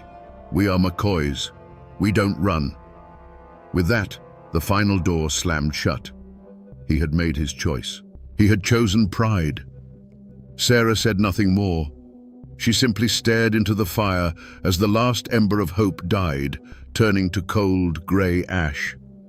The silence that filled the cabin now was the silence of a tomb waiting for its occupants. It started not with a shout, but with the sound of the world breaking. A splintering crash from the door, and then the night outside the McCoy cabin exploded. The family's dogs, which had been barking frantically, fell suddenly, horribly silent. The air turned to thunder. Flashes of orange light punched through the thin wooden walls, each one a deafening crack that seemed to rip the fabric of the cold January night. For Sarah, the world shrank to the terrified faces of her children, illuminated in strobing, violent bursts of light. The cabin was no longer a shelter, it was a cage. Then came a new smell, sharp and hungry: kerosene. A sudden, whooshing bloom of light appeared at the windows and beneath the doors, painting the inside of the cabin in a ghastly, dancing orange. The dry roof caught with a hungry roar, and the heat became a living thing, a monster breathing down on them, driving them out into the open. Smoke, thick and acrid, filled their lungs, turning every breath into a choking gasp. The home Sarah had built with her own 2 hands was now a furnace, an altar for a terrible sacrifice. Her son Calvin, now a man, grabbed a rifle, his face a mask of desperate courage. He lunged for the main doorway, a silhouette against the rising flames, trying to give his family a chance to escape out the back. From the darkness came a single sharp report, a sound louder and more final than all the others. The argument that had been Calvin's young life was suddenly, permanently over. He simply crumpled and was gone from the doorway, leaving a void where her son had stood just a heartbeat before. A new sound cut through the chaos, Alifair's scream, raw with terror and grief. "Stop it! Please, stop!" She bolted from the smoke-filled room into the freezing yard, a desperate prayer on her lips, her hands outstretched as if she could physically push back the violence. Outside, in the hellish, flickering firelight, another shot rang out across the holler. The screaming stopped, just like that. In the snow, her daughter's frantic motion ceased, and a terrible, unnatural stillness took its place. Instinct, the purest and most primal force a mother knows, took over. Sarah scrambled out into the freezing air, her world narrowing to the still shape in the yard. She fell to her knees beside Alifair, a mother's wail tearing from her throat, a sound of absolute ruin. A dark shape loomed over her, a man's form silhouetted against her burning home. There was a swift, dark movement in the air above her. Not a sound, not a pain, just a blinding flash of white light behind her eyes. The world tilted on its axis. The roar of the fire and the crackle of gunfire faded to a distant, muffled hum. The cold, soft snow rose up to meet her, and the night, which had been so full of fire and noise, went utterly and completely black. The first thing she felt was the cold.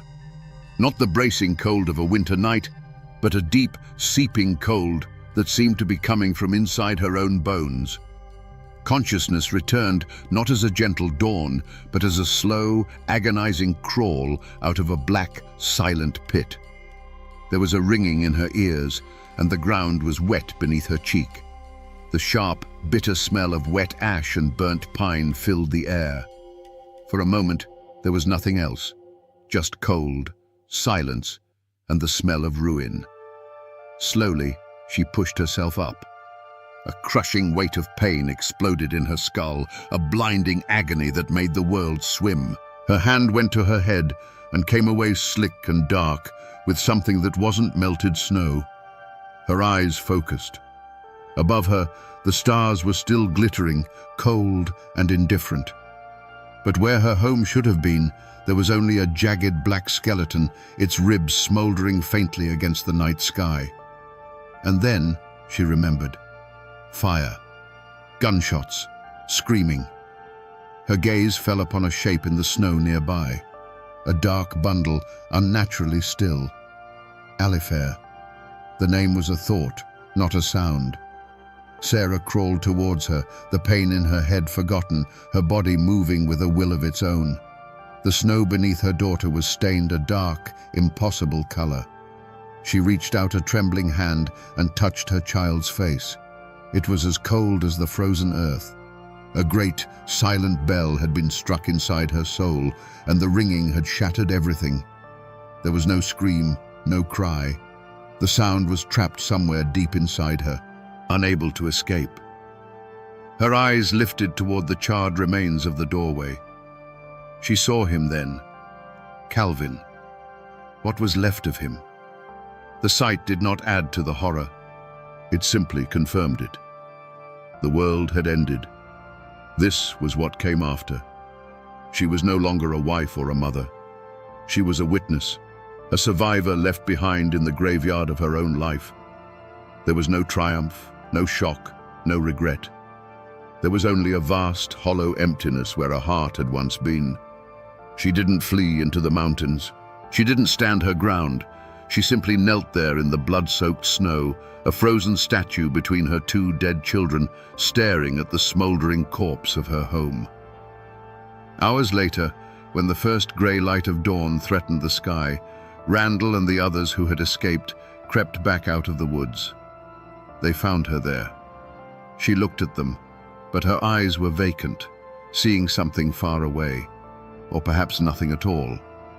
Randall had survived the night, but the woman he found in the ashes was not the wife he had left behind. The Sarah McCoy, who had raised 13 children and anchored a family, was gone forever, and in her place was only a ghost. The fire that consumed the McCoy cabin sent shockwaves of a different kind across the mountains. The immediate wreckage wasn't just timber and ash, it was human. Randall McCoy, a man whose pride had forbidden him from leaving his home, was now forced to lead a ragged procession of ghosts away from the tug fork. They were homeless, landless, and carrying with them a grief so heavy it was a physical burden. Their destination was Pikeville, a town that offered safety, but also the quiet shame of exile. They were refugees from a war they had helped start, driven from their ancestral land not by an army, but by the hatred of their neighbors. But the most profound piece of wreckage was Sarah herself. They had managed to save her body from the flames, but her spirit had been left behind in the snow with Alifair and Calvin. She was now a walking wound, a constant silent testament to the horror of that night. For her surviving children, the burden was twofold. They had to mourn the siblings they had lost, while simultaneously caring for a mother who no longer recognized them, who looked through them as if they were made of glass. Every meal they prepared for her, every time they led her gently back indoors from a wandering daze, was a fresh reminder of how much had been stolen from them. They hadn't just lost a home, they had lost the heart of their family. News of the New Year's massacre spread through the hollers, not like a rumor, but like a pestilence. This wasn't another chapter in the feud. This was something different, something darker. Ambushing armed men on a trail was one thing. Executing prisoners by a pawpaw tree was brutal, but it followed a certain grim frontier logic. But setting fire to a family's home in the dead of night and shooting down an unarmed woman and a boy in their own yard, that violated even the most primitive mountain codes. The attack shattered any local sympathy the Hatfields might have had. It transformed them from proud patriarchs defending their territory into a pack of midnight murderers. This singular act of brutality, intended to end the McCoy line for good, instead sealed the Hatfields' own doom. The story of the massacre and of Sarah's tragic state lit a fire under the authorities in Kentucky. The feud was no longer a local squabble. It was now a manhunt, sanctioned and funded by the state. Bad Frank Phillips's posse was no longer just a band of McCoy allies. It was the arm of the law, and its hunt for Jim Vance and the others became a relentless crusade. The fire didn't end the war. It escalated it into a final bloody chapter that would lead to pitched battles, arrests, and ultimately, the gallows. The tragedy, in the end, belonged to everyone. The ashes of the McCoy cabin were the funeral pyre not just for Alifair and Calvin, but for any hope of a peaceful resolution. It left a permanent scar on the community, deepening the lines of hatred and distrust that would poison the valley for another generation. The true wreckage wasn't a burned-out foundation on a Kentucky hillside. It was the countless broken lives, both Hatfield and McCoy, left behind in the wake of a single night of unimaginable violence. The New Year's massacre didn't just burn down a cabin, it set fire to the unwritten rules of the feud. The law didn't just cross the tug fork anymore, it kicked down the door. Frank Phillips and his posse, now acting with the full fury of several Hatfields and their allies, were captured, bound, and dragged across the river to stand trial in Kentucky. This was the legitimate capture of fugitive murderers. To West Virginia, armed invasion and a kidnapping. The clash was no longer just between two families, it was between two states. The case went all the way to the United States Supreme Court. Imagine that. A blood feud born of stolen pigs and mountain pride was now being debated by the highest legal minds in the nation. In a landmark decision, the court sided with Kentucky, ruling that they had the right to prosecute the captured men. It was a stunning moment. For the first time, the formal black-robed law of the outside world had officially superseded the ancient, bloody code of the mountains. The federal government had declared that the Tug Fork was not a border between two kingdoms, but simply a line on a map that justice could cross at will. The Pikeville courthouse became a theater for this culture clash. On one side stood the machinery of the law, prosecutors filled with complex language, and a judge who represented a power far greater than any clan patriarch. On the other side stood the accused, men like Ellison Cottontop Mount. He was a rough-hewn product of the mountains, a man who lived by a code of loyalty to his kin and whose understanding of justice was likely settled with a fist or a firearm. He sat in the courtroom, a bewildered and defiant figure, as his fate was debated in a language he barely understood. The community was torn in two. For the side of the courtroom, this was divine retribution. They didn't see Cotton-Top mounts the man. They didn't see Cotton-Top mounts the man. They saw the hat face of the evil that had burned down Sarah's home and murdered. Every word of the prosecution was suffering. Every word of the prosecution was suffering. But across the river and among the Hatfield allies, the trial was seen as a sham, a legal lynching. They saw Cotton-Top as a political prisoner, a scapegoat being sacrificed to satisfy a Kentucky vendetta. He was their martyr. The verdict, when it came, was as swift and bullet. Guilty. The sentence was even more final. Bullet. Guilty. The sentence was even more final. Death by hanging. The law, which had for so long been a distant and irrelevant, had finally bared its teeth. Its judgment was absolute, and it promised a public, orderly to a man's life was absolute, and it promised a public, orderly to a man's life.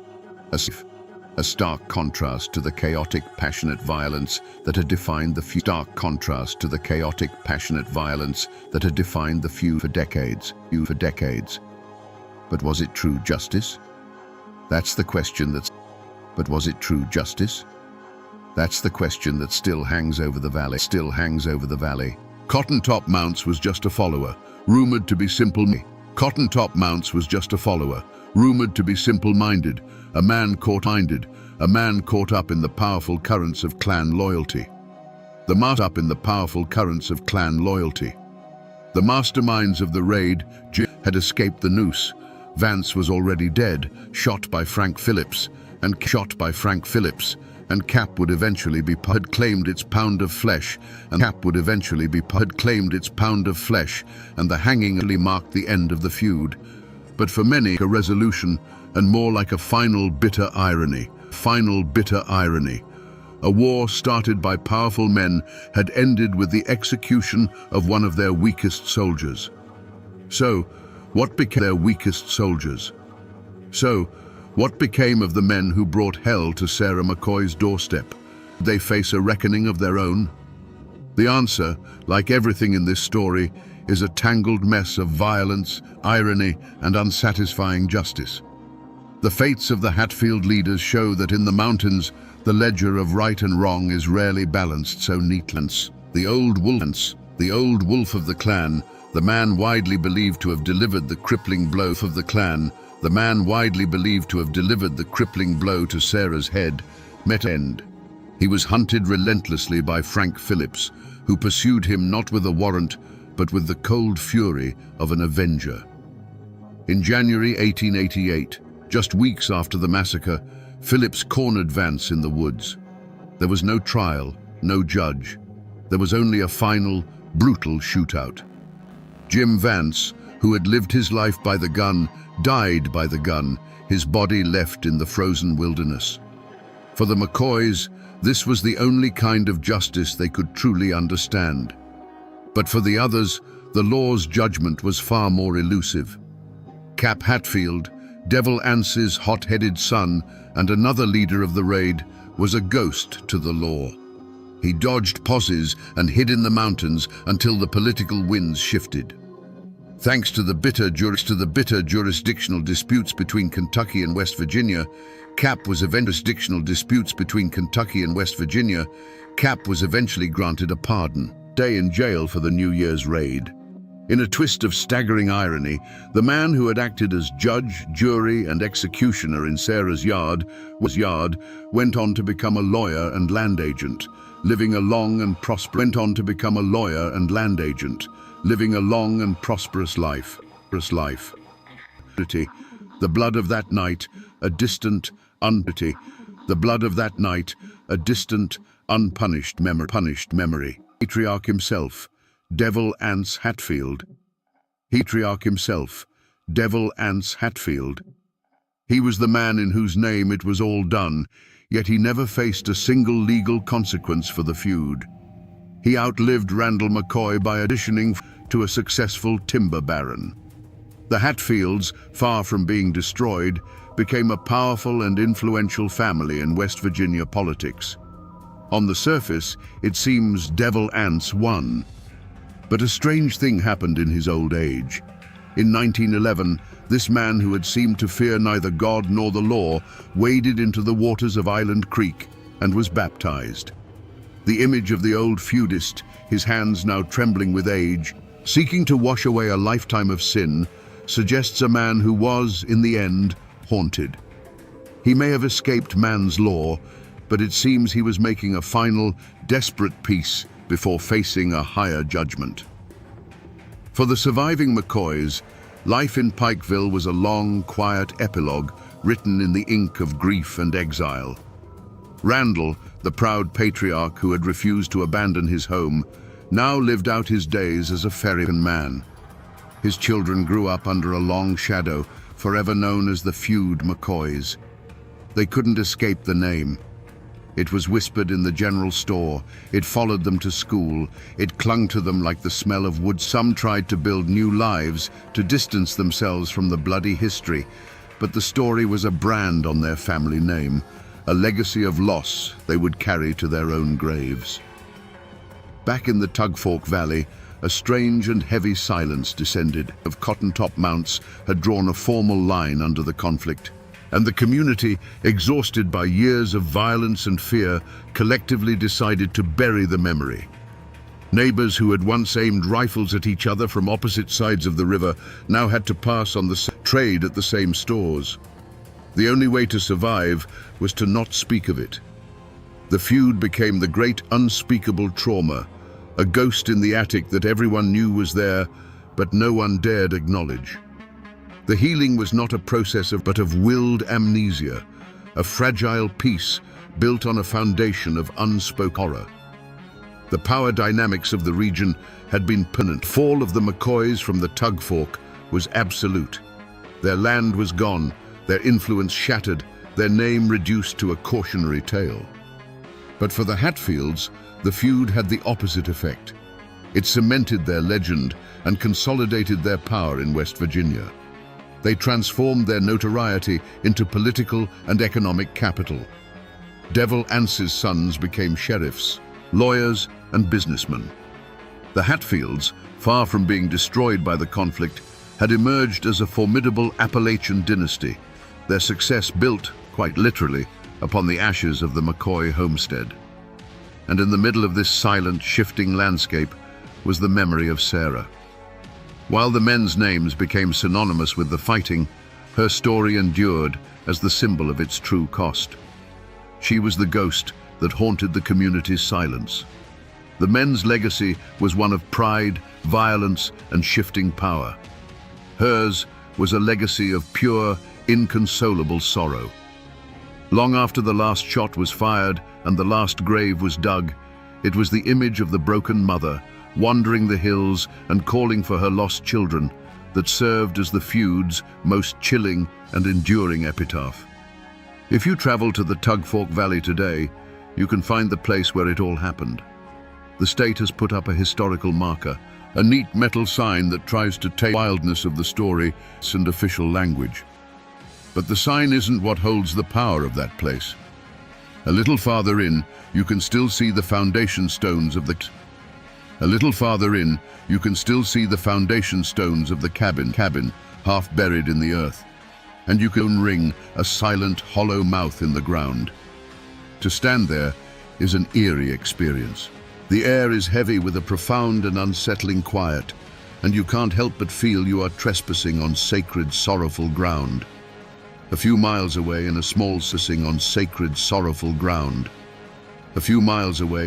cemetery, you can find their names carved into weathered stone. Randall lies there, and Sarah is beside him. Their graves are simple, and Sarah is beside him. Their graves are simple, unadorned, in a story that has since become a legend. People come from all over the country now, tracing the feud's bloody map from one site to another. Take pictures of the tombstones, treating them like almost mythical past. But the names etched: McCoy, Alifair, Calvin, are a stark reminder that these were real people, with real lives that were violently, tragically cut short. The story of Sarah, however, did not get buried in that cemetery. It seeped into the soil and became part of the folklore of the hills. Long after she died, people kept telling the stories. They weren't talking about Crazy Sally anymore. They were talking about a true spirit, a haint bound to the land by the hunters moving through the woods at dusk would swear they heard a woman's voice carried on the wind, whispering. Travelers would tell of a sudden, bone-deep cold that was in sight, the kind of cold that has nothing to do with the weather.